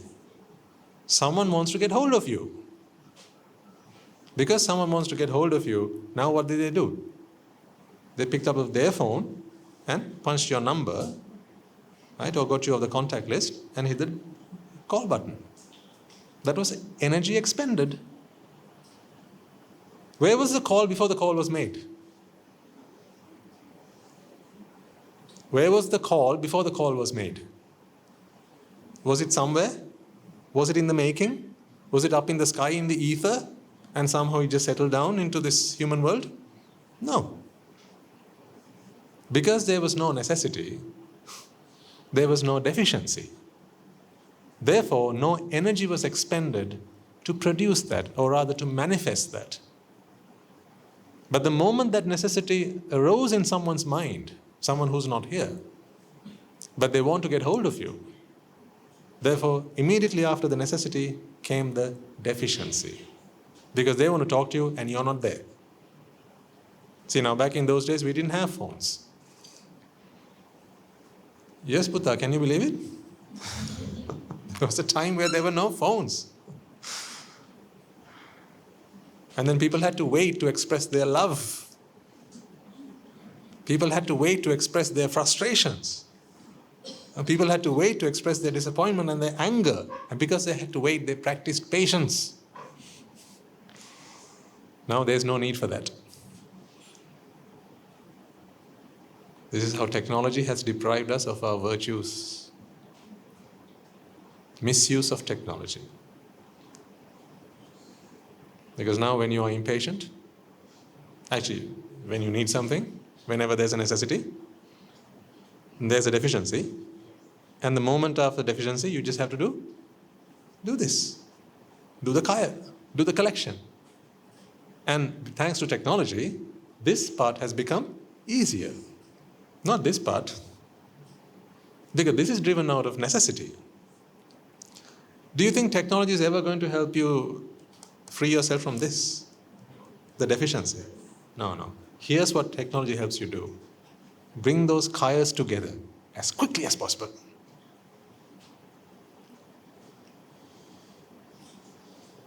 I could explain the whole world just by this one word. And everything in this world and how everything happens. That's why the Buddha said, Sabbampi dukkha. Everything is a dukkhaya. I share this with you because I want you to start to expand your horizons and your thinking. And don't see mother, father, brother, sister, son, daughter. Reinterpret them. If you are a good student, that's what I want you to do. If you want to make every word count, that's what I want you to do. From here on, don't see houses and cars and bicycles and shops and bread and butter. Don't see music and drama. Don't see a TV and a radio, or the computer and a laptop and a tablet. Don't see parties. Go to the party, but don't see the party. See this.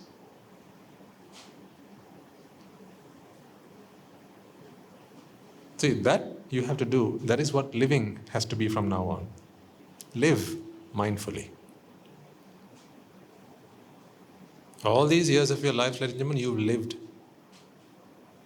unmindfully? No, is that right? No. Unmindfully. Mindlessly? Huh? Carelessly? I don't know. I don't know whether carelessly actually conveys the meaning. Huh?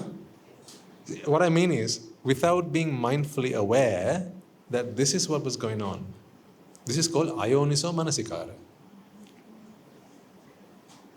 Ayoniso manasikara happens when you go to the party and see the party.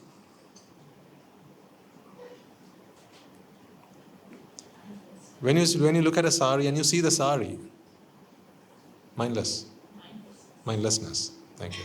When you look at a sari and you see the sari, when you see a suit and you see a suit, when you see a pair of shoes and you see the pair of shoes, do you understand that I mean see in two different meanings here?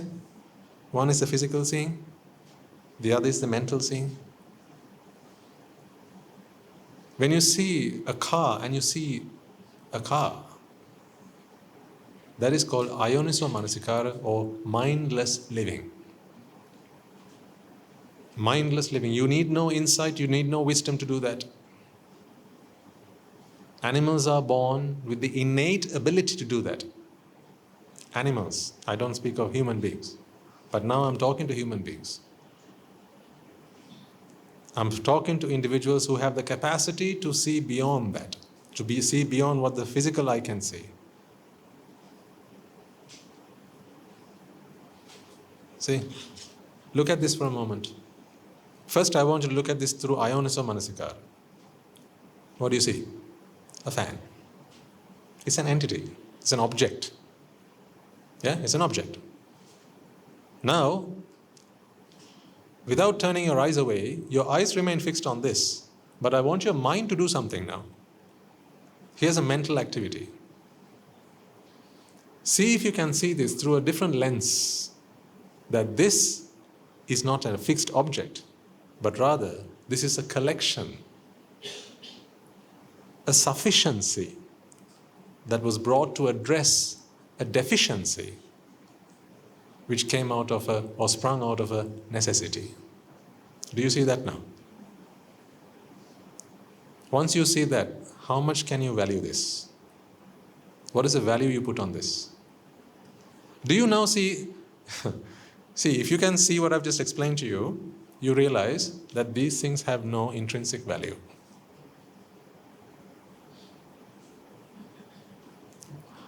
What is the value of a diamond necklace?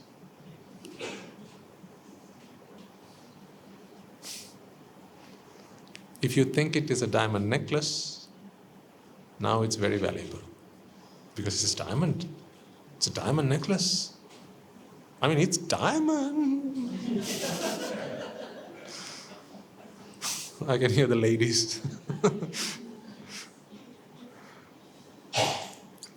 But if you stop seeing the diamond necklace and you start seeing how there was a necessity, necessities are not there to be celebrated, are they? A necessity is a vexation in the mind. It's when the heart weeps. It's when the mind cries. It's when the heart goes, I want, help, I need. See, necessity is a need. I need. It's a cry. How can you put a value to that? How can you value that as something positive? It's when the heart is weeping, it's when the heart is hurt. That's grief, that's sorrow. And so where there's a necessity, immediately there comes a deficiency. So the moment there's a deficiency, now the whole world comes together. Then this is what business is. What is a good business? What's a good business idea? You tell me. If you're in business, you should know the answer to this. What is a good business idea? It's when you can identify, indeed, it's when you can identify a unique necessity, therefore a deficiency in the marketplace. And then you put in effort. You got to expend energy, you got to put in effort to fulfill that necessity and to uplift that necessity to a sufficiency. And in exchange for your effort, people will give you that which you are deficient in. What is that? Money or wealth. Because you have other deficiencies. You have other deficiencies and you see someone else's deficiency. So what do? You scratch my back and I scratch yours. That's how the world goes on. So thankfully people don't listen to these sermons. That's why you don't tell others about this, isn't it? See, if you are a good businessman, the last thing you ought to do is share links to these sermons with your clients. Because what would they learn if they listen to these talks? For now, they keep giving value. They give intrinsic value to whatever product or service that you provide. Especially products. Also services, keep it simple. Whatever products and services that you provide to them, they give intrinsic value. Because they have not seen that there's a necessity that came before this deficiency. They don't see that is internal, that there is something that can be done about it. They think that they were born with it and therefore they have to live with it and therefore they will one day die with it. So it's what we call the human condition. It's human to have necessities. Apparently so. It's human to have urges. It's human to have necessities and desires. Apparently so. So people think that there's nothing they can do about it. So what do? They come to terms with the fact that these necessities will always be with me. The only thing that's now left to do is to go and find someone who will fulfill my deficiency. And the sooner you can get it done, the better you can get it done, the bigger the price you can demand for it. That's how business works. All explained out of one word. Sabbampi dukkha. All of existence you can sum up in one word, ladies and gentlemen. All of existence, this entire existence and existence-related ecosystem, all the intricacies that extend out of that, all the nuances, all the nooks and the corners, all of it, this entire civilization and everything else that is part of it can all be explained with this one word.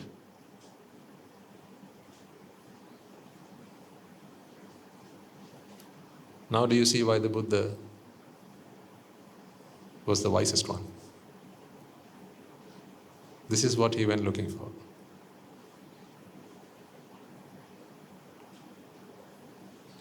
That is what he said, idam dukkha, pubbyananasutesu dhammesu chakkungatapadi. For all these years, for all these lifetimes, and for all these eons, I went looking for what is it that makes existence happen. Here and out there. What is it that makes existence happen? What is this one principle that can explain everything? Everything, every formation, every existence. What one thing can explain all of that? And so he went to his teachers and none could explain to him. Because in everything he learned there was some loophole. Something fell short. So he had to find it out for himself. And then he discovered it. Dukkha. This word wasn't there before then. He understood the concept. And then he came up with a word that beautifully encompassed the idea. Where there's a deficiency, there will be effort for a collection to fulfill that deficiency and therefore create sufficiency. That is the first noble truth. Now don't say suffering. See how misplaced and misjudged it would be to say that it is the first noble truth of suffering. It is not suffering we're talking about. It's almost like the first noble truth of existence, isn't it? Then he went on to say, what is the second noble truth? Now don't say suffering again. Tanha, attachment, aka necessity. Necessity. Tanha, attachment. Attachment is the cause of du. And du is the cause of kaya.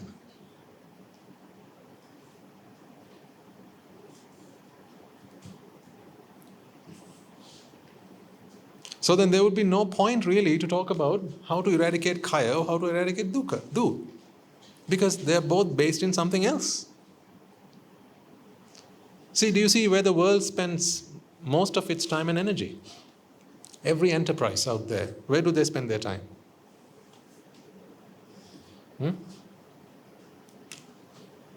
So, du is the effect of attachment, right? In other words, necessity. Yeah? Because out of necessity springs deficiency, and out of deficiency you get collections. Energy is required here. This is where the world spends its energy. So in New York City, what do they do? At the stock exchange, what do they do? On the high streets, what do they do? In Washington, D.C., what do they do? At Westminster Palace, what do they do? At Sri Jayawardenapura, in the parliament, what do they discuss? This? How to eradicate necessity? Or is it how do we fulfill people's deficiencies? See, this is what we call the world. Dukkho loke patittita. These are the Buddha's words. The Buddha said, this world as we know it, not just the round world, I'm not talking about a sphere. The world as we know it, existence as we know it, is all supported, founded on dukkha. It rests on dukkha. Dukkha is the fulcrum on which the world sits.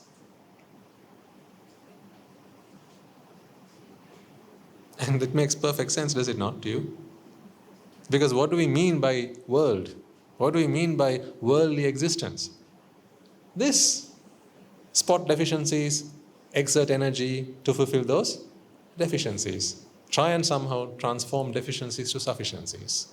That is what we call business, that's what we call enterprise, that's what we call entrepreneurship. That's what people do. Why do we learn? Why do we educate ourselves? Why do we go to university? Why do we go to school? What do we learn? Here. Is that what we learn at school? What do we learn at school? This, right? How do we spot those deficiencies and how do we fulfill them by exerting energy? See, we study natural sciences, we study human sciences. Let's take the richest man in the world. Who is it these days? See, I always have to ask, who is it these days, right? Because there's it's again one of these, that's why. Because the moment there is the richest man in this world, what does the second richest man want to do? Is this rocket science? The moment the Forbes magazine lists the first richest man in the world, what does the second richest man in the world want to do? What arises in his mind? A deficiency. So when that deficiency arises, what happens next? He'll get to work. Doing what? Collecting. Collecting what? Whatever. Whatever is needed and whatever is required to fulfill that deficiency. Therefore, number 2 becomes number 1 the following year. So now number 1 becomes number 2. All right. So this time, what does the second number 2 on the list want to do? Again, become number 1 again. Where's the end to this? There is no end to this. That's why every worldly being are like hamsters running in this wheel. One after the other, non-stop. From birth to death, ladies and gentlemen. Life is just nothing but a struggle. A struggle to do what? No, not to come first in class, not to become the richest man in the world, not to become the most beautiful woman in the world, whatever. It's all determined by this. Whatever it is that is your do, meaning your deficiency, your life struggle is to somehow fulfill those deficiencies and transform deficiency to sufficiency. That is how you exert your life, that is how you spend your days.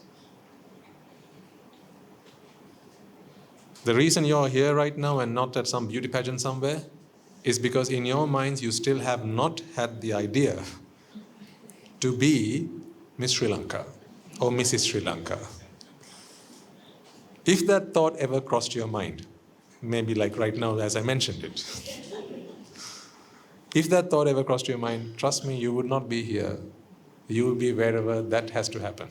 Collecting what you need, the connections, the relationships, the contacts, the training, the learning, the skills, whatever it demands. Collecting all that is necessary because you have a mind and the mind is very good at this. See, the mind is very good at studying things. It can study deficiencies. And then it can study how to convert a deficiency to a sufficiency. This is where we use intelligence, not wisdom. Wisdom comes here. This is where we use intelligence. So when you have a high IQ, what does that mean? You can very quickly spot deficiencies and identify what it is that fulfills that deficiency. Spot the sufficiency. People with a high IQ can do that. They would also be very adept at this if only they found someone who can show them that actually here's not the problem is down here. But there's a blind wall here. There's a wall here that needs to be knocked down by someone on the inside, on that side. Someone on the other side of the wall keeps screaming out at the people on this side saying, "Hey, can you hear us? There's a wall between you and me. Knock it down. And then you can come into the land of the paradise." So that can only be done by people on the other side. They can't knock it down for you because our walls are our own. We built it. We maintain it. How can someone else knock down a wall that you build and you maintain? Because the moment they try and knock it down, what would you do? Build it back up. Isn't it? See, that's why Nibbāna cannot be served on a plate. That's why Nibbāna is not something I can give you. I can inspire you, I can motivate you, and I can inform you. I can inform you, I can inspire you, I can motivate you. But I can't do it for you.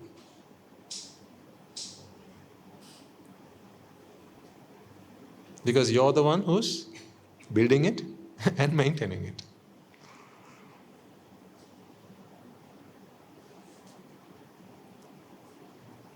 How do you stop a man from committing suicide?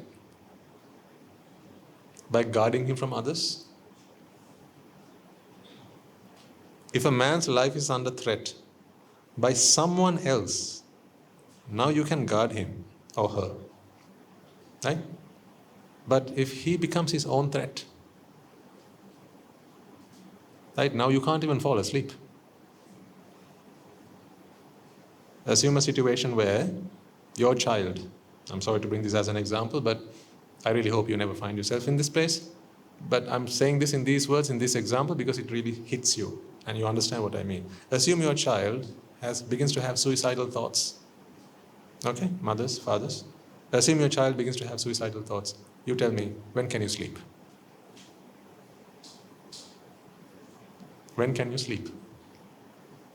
Okay, you can lock all the doors. Actually, you don't need to lock your doors anymore. Because these are suicidal thoughts. No one from the outside is going to attack. You lock your doors, you lock your gates, you put the cameras on, all that to protect external threats. But as a human being who needs sleep to survive, you yourself need sleep, right? You need to sleep at least an hour a day, at least a couple of hours a day. Then if your child has suicidal thoughts, how can you save them? Question. What's the answer? No answer. Because it's impossible. Likewise, if there's a wall up here, and that wall is built and maintained by yourself, I can't knock it down for you. Because any brick I take out, you will quickly replace that with another and have one for spare, just in case I take it out again. Because you will learn, there's someone who's trying to take my bricks out. Because you're very intelligent, you learn. We quickly adapt. That's why we have backup plans. See, the first time you planned for something, you didn't have a backup plan, right? Imagine when you were a kid, when you were a really, really young kid, you were playing with your brother, your sister, and you had a toy. You didn't have a backup plan, so when they took it, snatched it and ran away, you were just left crying. You went to your mother and said, don't have a toy, don't have a toy, don't have a toy. And then your mother said, Puta, don't cry, just play with one of the other ones. And you thought, actually, that's a thought. So if I always have two toys, right? When he or she takes one of them, I still have the other one. Backup plan. Now you learned about backup plan. See, intelligence.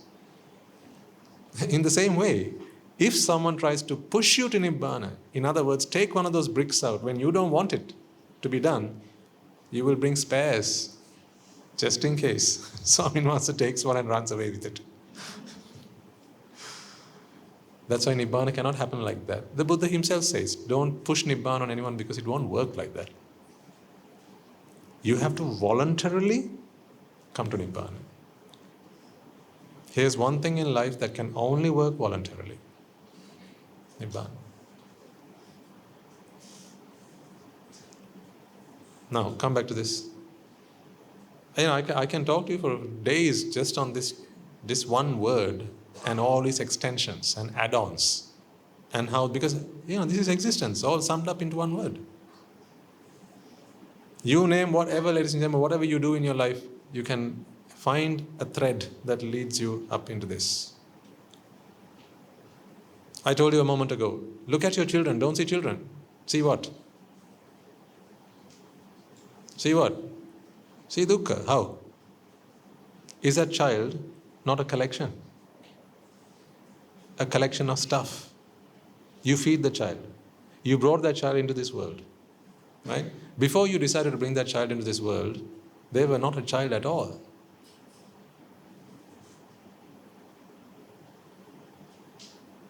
They were just an egg.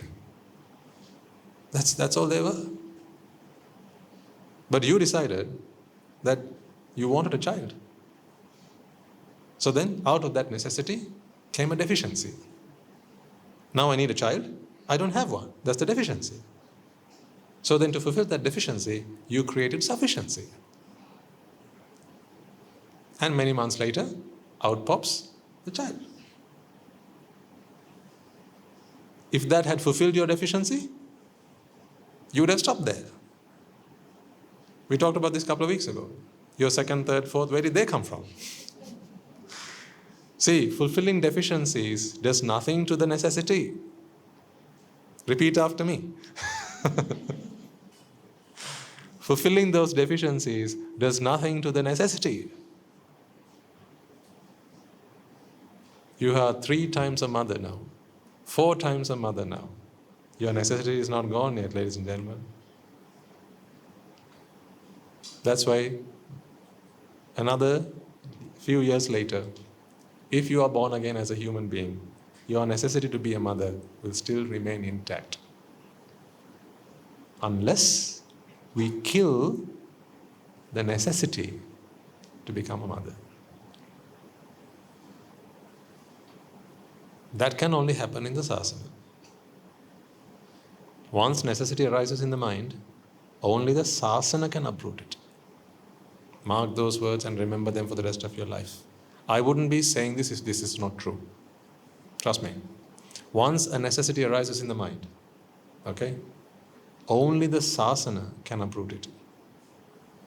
Because a necessity is always rooted in ignorance.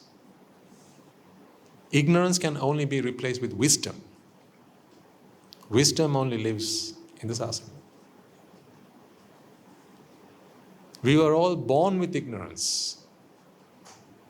And then what we did throughout our lives was we allowed ignorance to grow, arms and legs.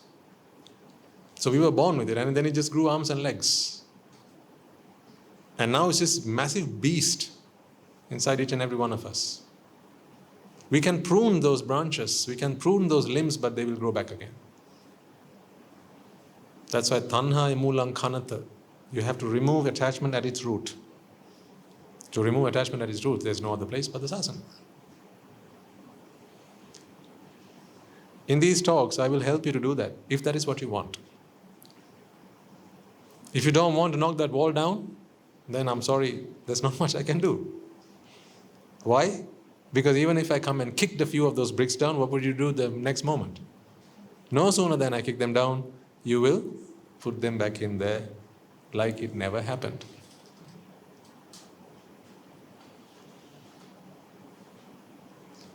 So these dukkhas will only stop forming if and when you understand that these dukkhas are rooted in necessity, and that necessity is rooted in ignorance. So there's only one path out. That's why the Buddha says, Ekayanam bhikkhave maggo sattanam visuddhya. For purity of sentient beings, there's only one path. Dukkha domanassanam attangamaya, jnanasa adhigamaya, Nibbānasa Rajagiriyaya. To attain Nibbāna, to be free of sorrows and grief, to attain wisdom, there's only one path. And that is contemplation. You can call it Satara Satipatthana, also called mindful living. See, that's what I said. I asked you a moment ago, stop seeing a house in a house. I don't know whether you can do that, but do try.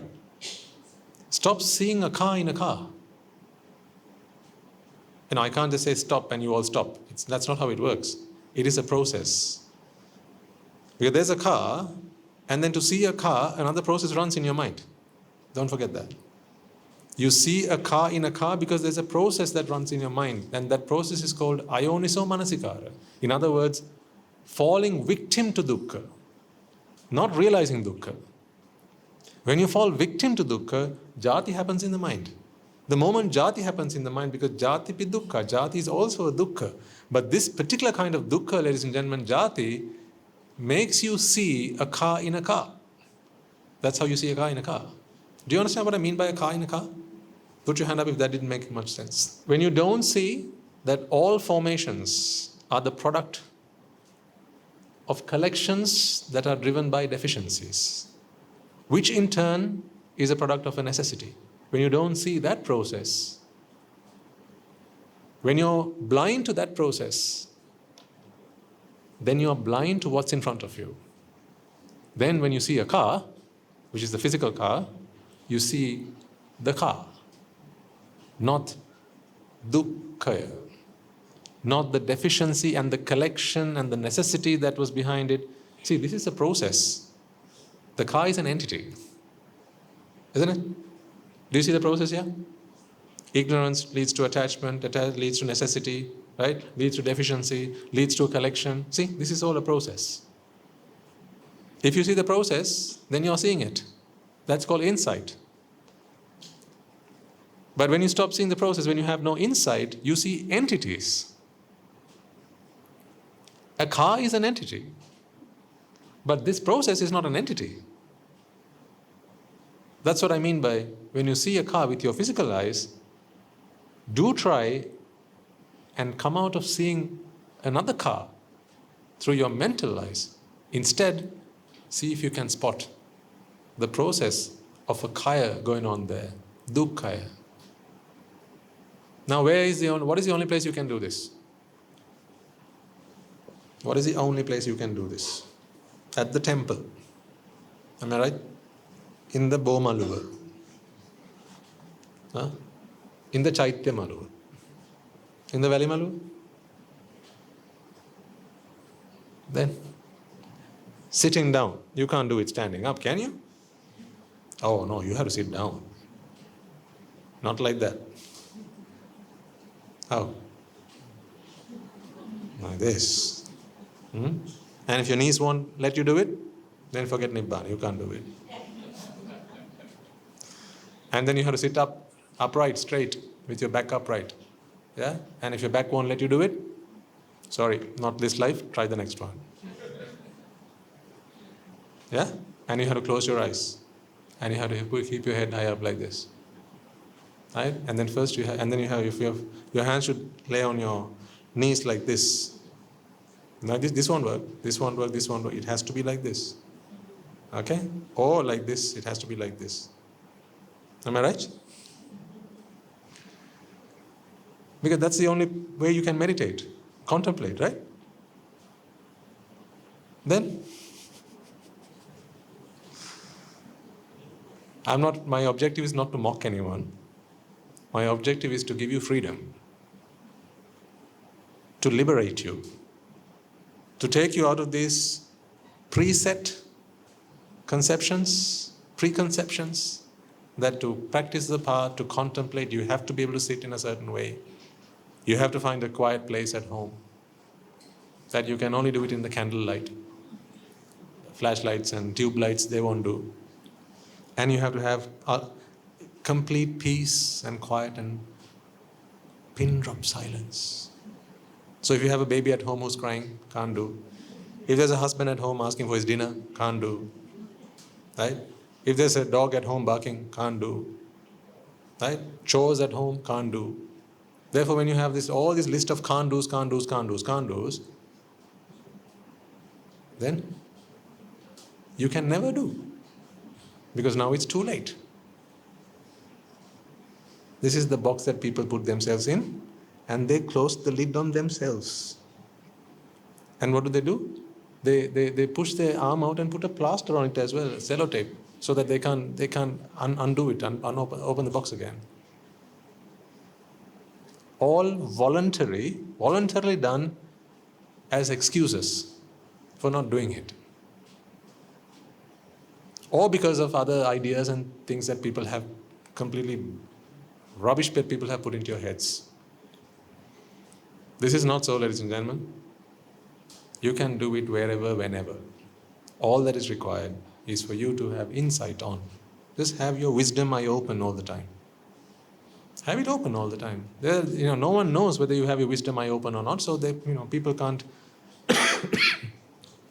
people can't blame you, shout at you, or accuse you. People can see what you're wearing. So at the party, wear something that is suitable to the party. Don't go like this. They will send you to the kitchen and say, go and do the washing up. Or they'll say, we'll send you the dana to the monastery, upasaka amma, go home. Right? That they will say. But go to the party dressed suitable, suitable attire for the party. But when you're at the party, don't see the party. Don't see the party. See the process. Now let's say, does anyone of you have a party coming up soon?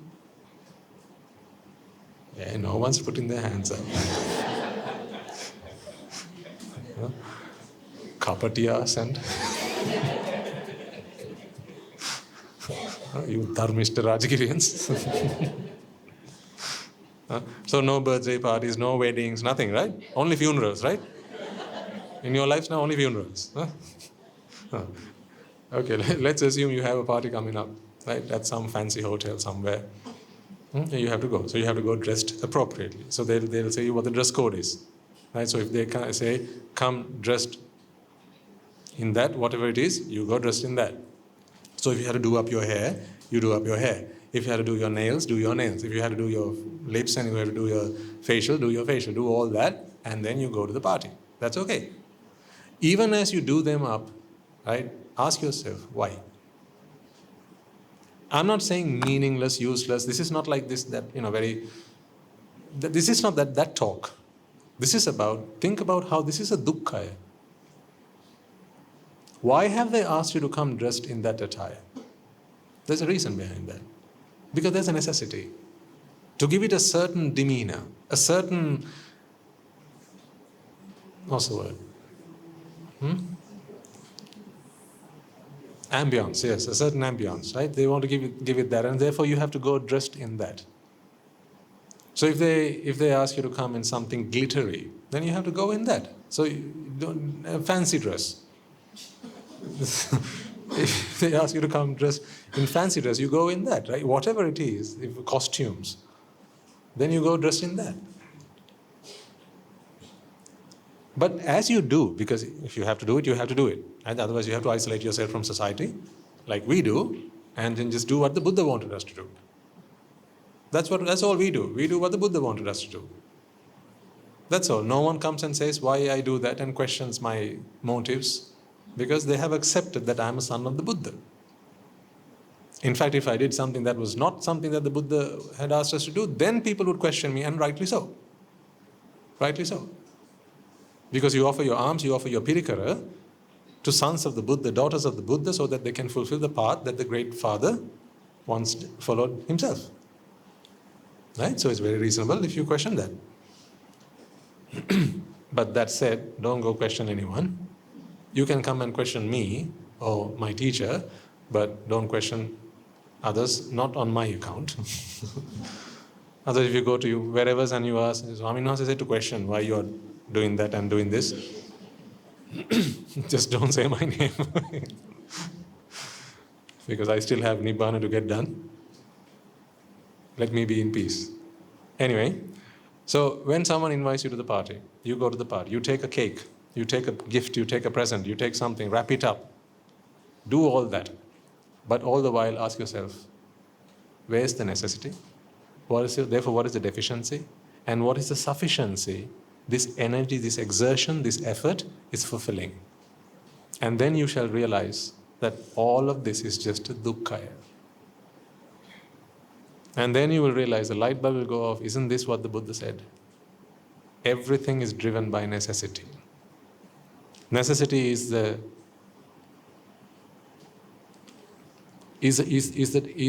necessity is excuse me. Necessity is the extension of attachment. It's a synonym for attachment. And why is there attachment then? Attachment is there because of ignorance. To shed ignorance, we need to talk about anicca, dukkha and anatta. Dukkha is one of these three. So do you see how all of this is connected then? In a few words, I'll try and sum this up, and then we will conclude for the day. It's only 11, right? What I've been talking to you about today is dukkha, the phenomenon of dukkha. Yeah? See if you can spot the irony here. Dukkha manifests because of its ignorance. Once again, dukkha manifests because of its ignorance. In other words, because we are ignorant of dukkha, dukkha manifests.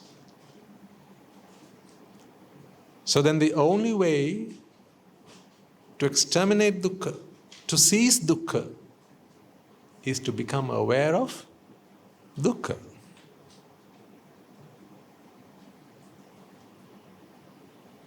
Do you see the beauty in that? It's so fascinating, really. That to free from something, all you have to do is understand it. That's all you have to do. It's the lack of understanding, it's the lack of insight, lack of wisdom, lack of knowledge, lack of whatever you want to call it.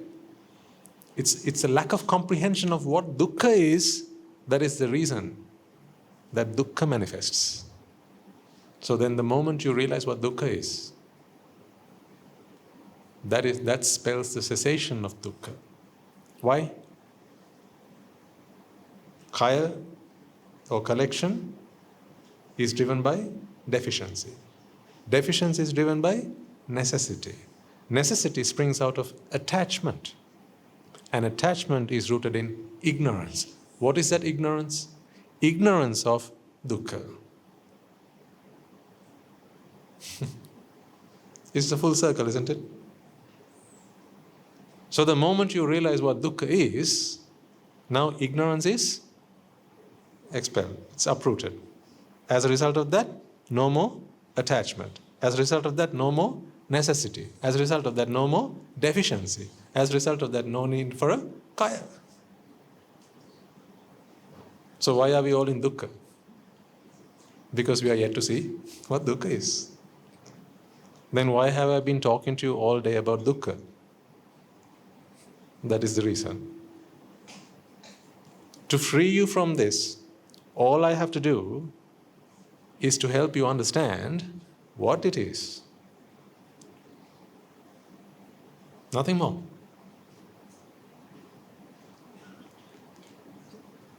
Anicca and anatta are also in here. Only I haven't spent a lot of time talking about it today. But the Buddha puts it very beautifully. He says, if you see dukkha, you have seen anicca and anatta. Only I have not elaborated on it. But it's there. It's already there. I can't talk about dukkha without at least subtly hinting at anicca and anatta. At least suggesting the phenomena of anicca and anatta. Without that, you can't talk about dukkha, because dukkha, when you explain dukkha, you're actually explaining how anicca leads to dukkha, and the fact that there is no entity here, but a collection due to causes. And that is anatta. And the fact that those things that come together, they have no bias. They have no innate necessity or need to be a certain way. It's all driven by necessity. Without necessity, there would be no need for a kaya to be like that, right? That is the phenomenon that nothing in this world has an inbuilt agenda, no bias, no affinity towards anything. That is what I mean by chaos. There is no need for order, because in chaos there is order. Chaos is order. But the moment you bring in necessity, now that chaos is not right.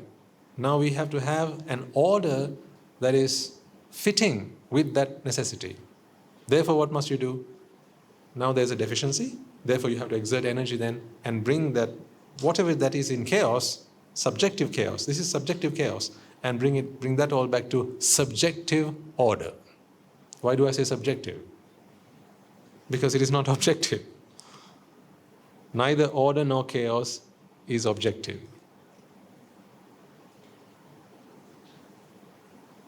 Order is inherently not objective, ladies and gentlemen. In other words, quite simply, there's nothing wrong with anything. So why are you trying to fix it? There's nothing wrong with anything. Why are you trying to fix it? This is what the Buddha asks us. In plain English, this is what he asks us. There's nothing wrong with anything. Why are you trying to fix it? Just let it be.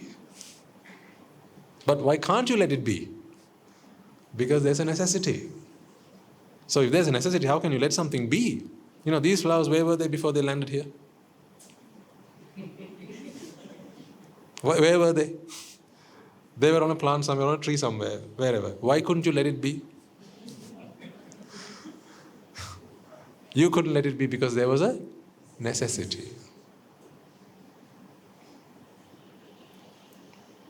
Now I know there won't be any flowers from here on.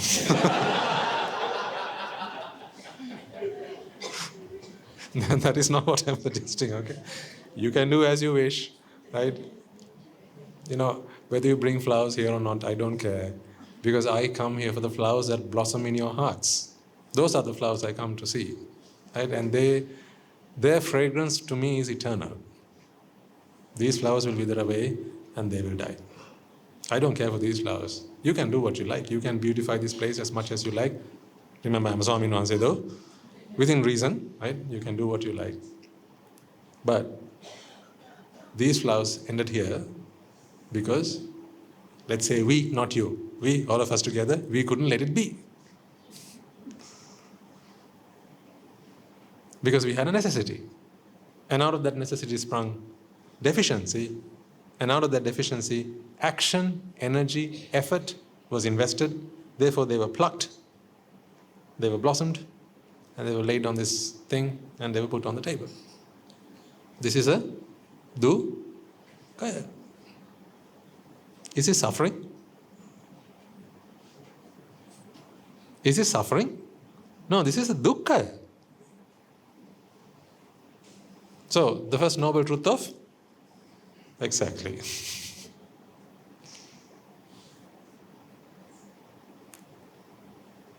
It would be wrong then to call it the first noble truth of suffering, right?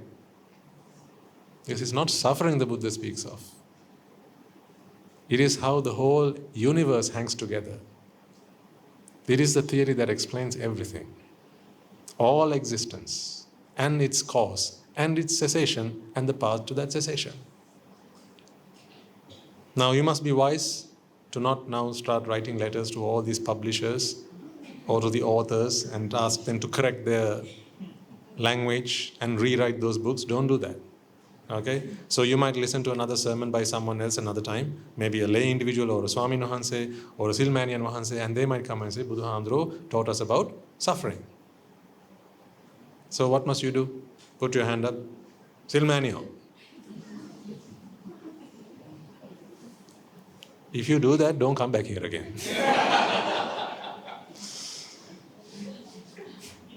Okay? Don't come back here again if you do that. I don't want that. I just want Nibbāna. The way I understand it, I will teach it to you.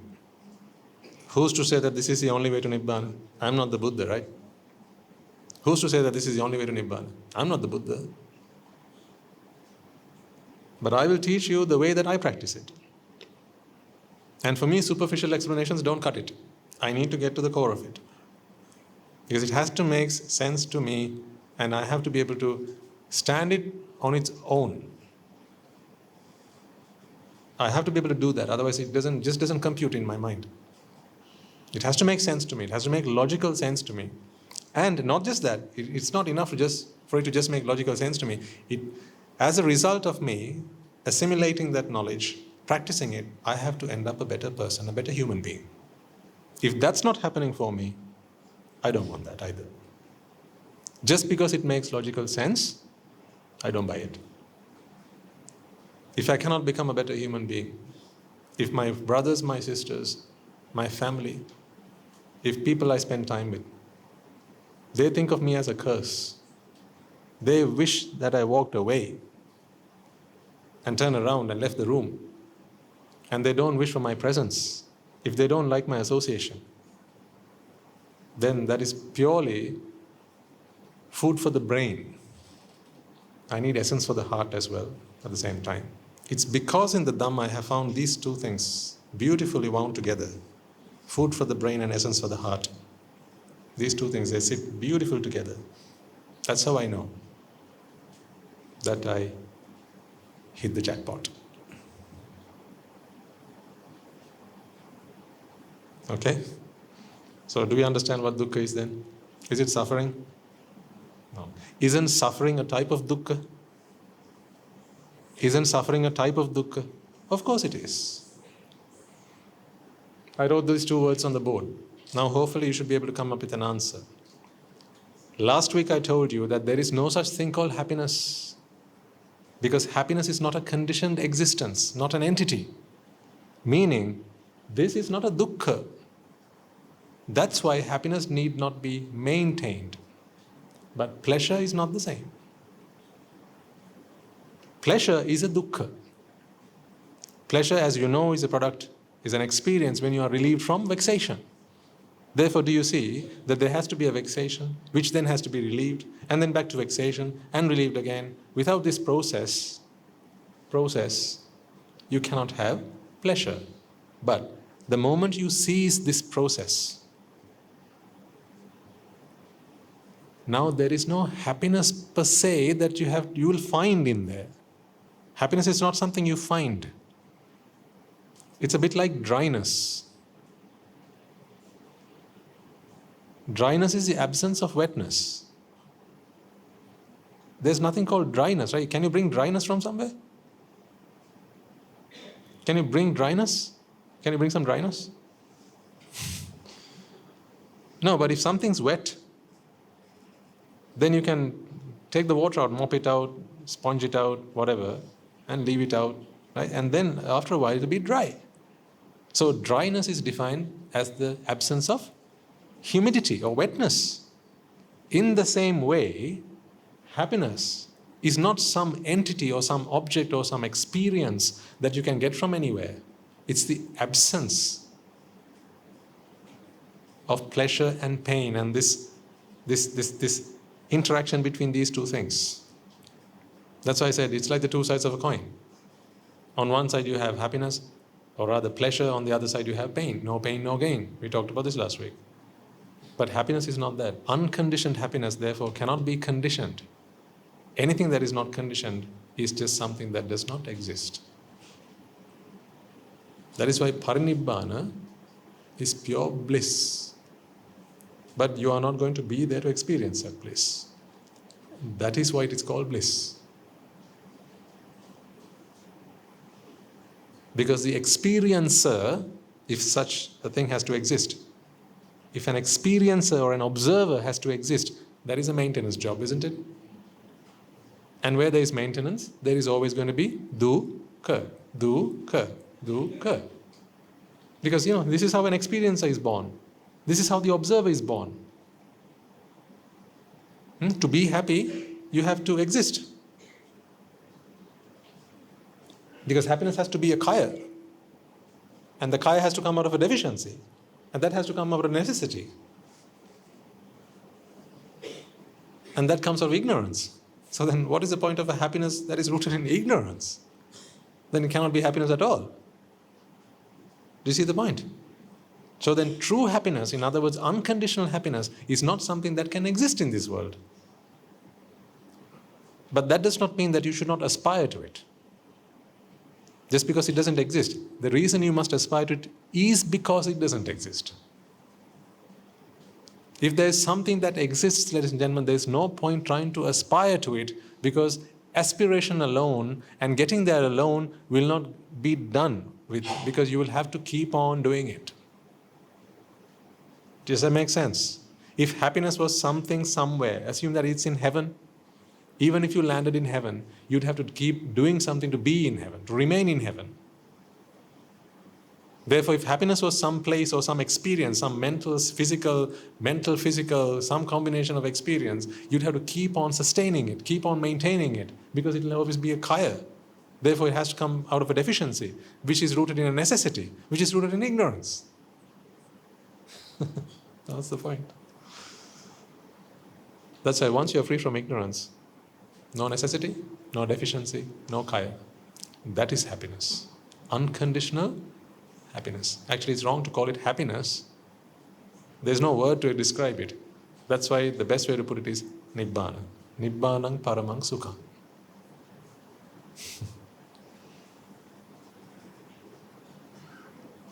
Let's leave it there.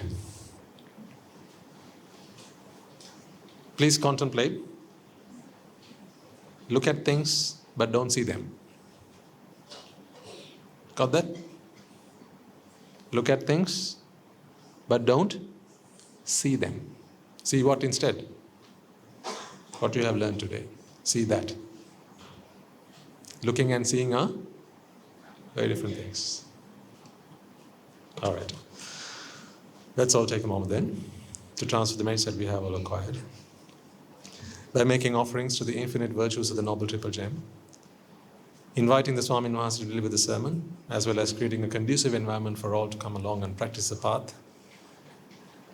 First and foremost, let us transfer all these merits that we have acquired to the bhikkhus and bhikkhunis, upasikas and upasikas who have since time immemorial protected and preserved the sublime teachings of the Buddha and passed it down to generations of the noble lineage in the form of the Tripitaka, which is thankfully available to us today to study, understand and comprehend the Dhamma.